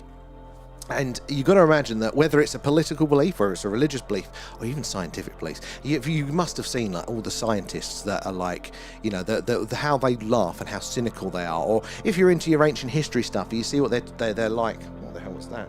See what they're like when people question the pyramids there. You know, like they get hysterical about it, you know, because what you're doing is you're not just questioning that specific fact, you are questioning their understanding fundamentally of how the world works there. So like a lot of people, this is why I like to see the numbers drop when we talk about good and bad, because a lot of you guys, I think you know about this, you know, you're quite sensible, you're quite open to these sorts of things, but there are people out there that good and bad is very, very black and white. And if you tell them to go, actually, it's not that clear. There's good and bad in all of us, and we have to check that within ourselves, because that's how the mistakes happen. You're not checking it in ourselves, always thinking that the enemy is without. They will scream bloody murder because you are questioning their reality of how the world works, how they get safety. So, yeah, obviously the religious people do, because they hold on to that, and if their religion does not allow for what you're describing, or if they interpret it to not allow for that, because that's the thing, human interpretation comes into play all of the bloody time. We get our own words wrong. But anyway, so anything that is dogmatically held does not have that flexibility. It is the same as ever driven over a bridge and you see those metal or the rubber strips over a bridge. They're expansion joints. So even in our modern world, when we're building such precision engineering, we can be down to fractions of a millimeter of tightness and perfection with our engineered materials there. Nature still makes the environment change, makes the temperature change, therefore the raw materials will expand and contract. And we just, even with our technology, we can build something precisely, but we can't fight nature with those sorts of things. So we have to allow for expansion joints, to those gaps to be filled as that metal or the concrete expands, contracts, whatever it is. And it's the same with our belief structures there. There's got to be that flexibility. We have to just hold things a little bit and be open to change on the other things. It's easier said than done though, you know, because that is where we get our security a lot of the time. And Liam there, and I could sit with, no, I did that one there. And was it Dark Jedi? How are you doing? Good to see you in again. And yeah, I've been quite lucky there. Not only have I seen a UFO, but a long time before that, I saw a green fireball, and I've heard it before I've seen it actually. I think I'd be a bit terrified because is this what the dinosaurs saw? But I've seen some footage, like, you know, with the Chelyabinsk one coming in, or there was some TikTokers, and it was this little footage of just clips of about 50 different people that were recording at the same time. And in the background, they all just saw this fireball. It's phenomenal. I'd love to see something like that, as long as it wasn't too big. Right, I'm going to bounce back over to the TikTok, and then I'm going to have to come off because I've just realised I've stayed on an extra, a little bit longer than I planned tonight there, but it's been fun.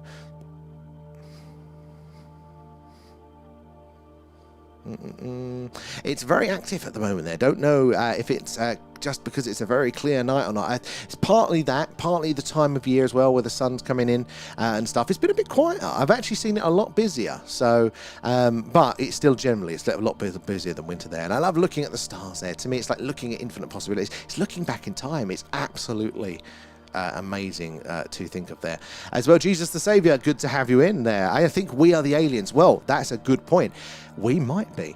We actually might be. There are so many versions of it. Maybe the aliens, you know, kind of worked with some monkeys that were already here and tweaked us a bit, and we're their product there. Maybe we've just outright come from another place. I do think, though, I think there's a lot of information and evidence now pointing to the fact that life in our solar system, at the very least, developed on Mars and then came across to Earth. So whether it's we came across as quite complex or just as microbes, I think there's more to it there. But I mean, I'm open to all of the angles, and that's a good point there. April as well, good spotting. Sorry I'm so late there. And Brittany, I swear some of them start moving from the middle out of nowhere. Sometimes they might do. It depends where they are. Because of the Earth shadow, if they've been moving around, they just come out of the Earth shadow maybe sometimes.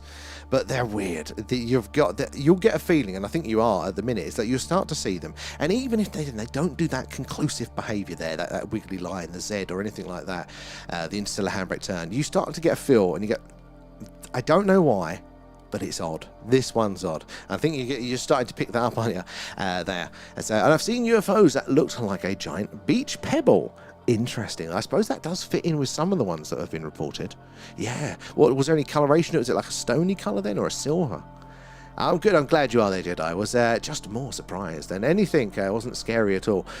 Actually, if it's quick enough, yeah, maybe. Then again, I'm terrible. You guys will see it because I will be going on the road, hopefully over the next week or so. We're going to be going out on the old Iron Age hill forts as soon as the weather is good. And we'll be doing a live Skywatch. I'll bring you with us there. And yeah, when I'm out in the sticks, guys, actually not in my little room of safety, it's a very different experience, and I do get spooked quite quick. And you all take the piss out of me there. Silver, and it was next to HMP Hindley in Wigan. Oh, excellent. So that is a cool sight. And was it moving like really fast, or was it quite a steady speed? I'm fascinated. And this is what I love about doing this, is that people come in, we meet all you guys. Oh, is that a bright flash? Just saw something around here. Don't have my eyes playing up. But you come in, you share the experience that I just would never have heard otherwise. And the one thing that I've taken from this is that this is not as rare as you would have been led to believe. So many people have so many sightings of different ranges and degrees so often. I'm going to think once that stigma goes and we can fully share our experiences, and for other people who realise that they are anomalous experiences, I think we'll realise that a lot of people, maybe even most, have had some connection. It is definitely part of our reality there. Good spotted it there. Amanda and Brittany got that one. So yeah, it was a flash, but just a one-off. Normally they fade in if it's catching the sun at a certain light, but that was just quite a one-off big flash. Interesting.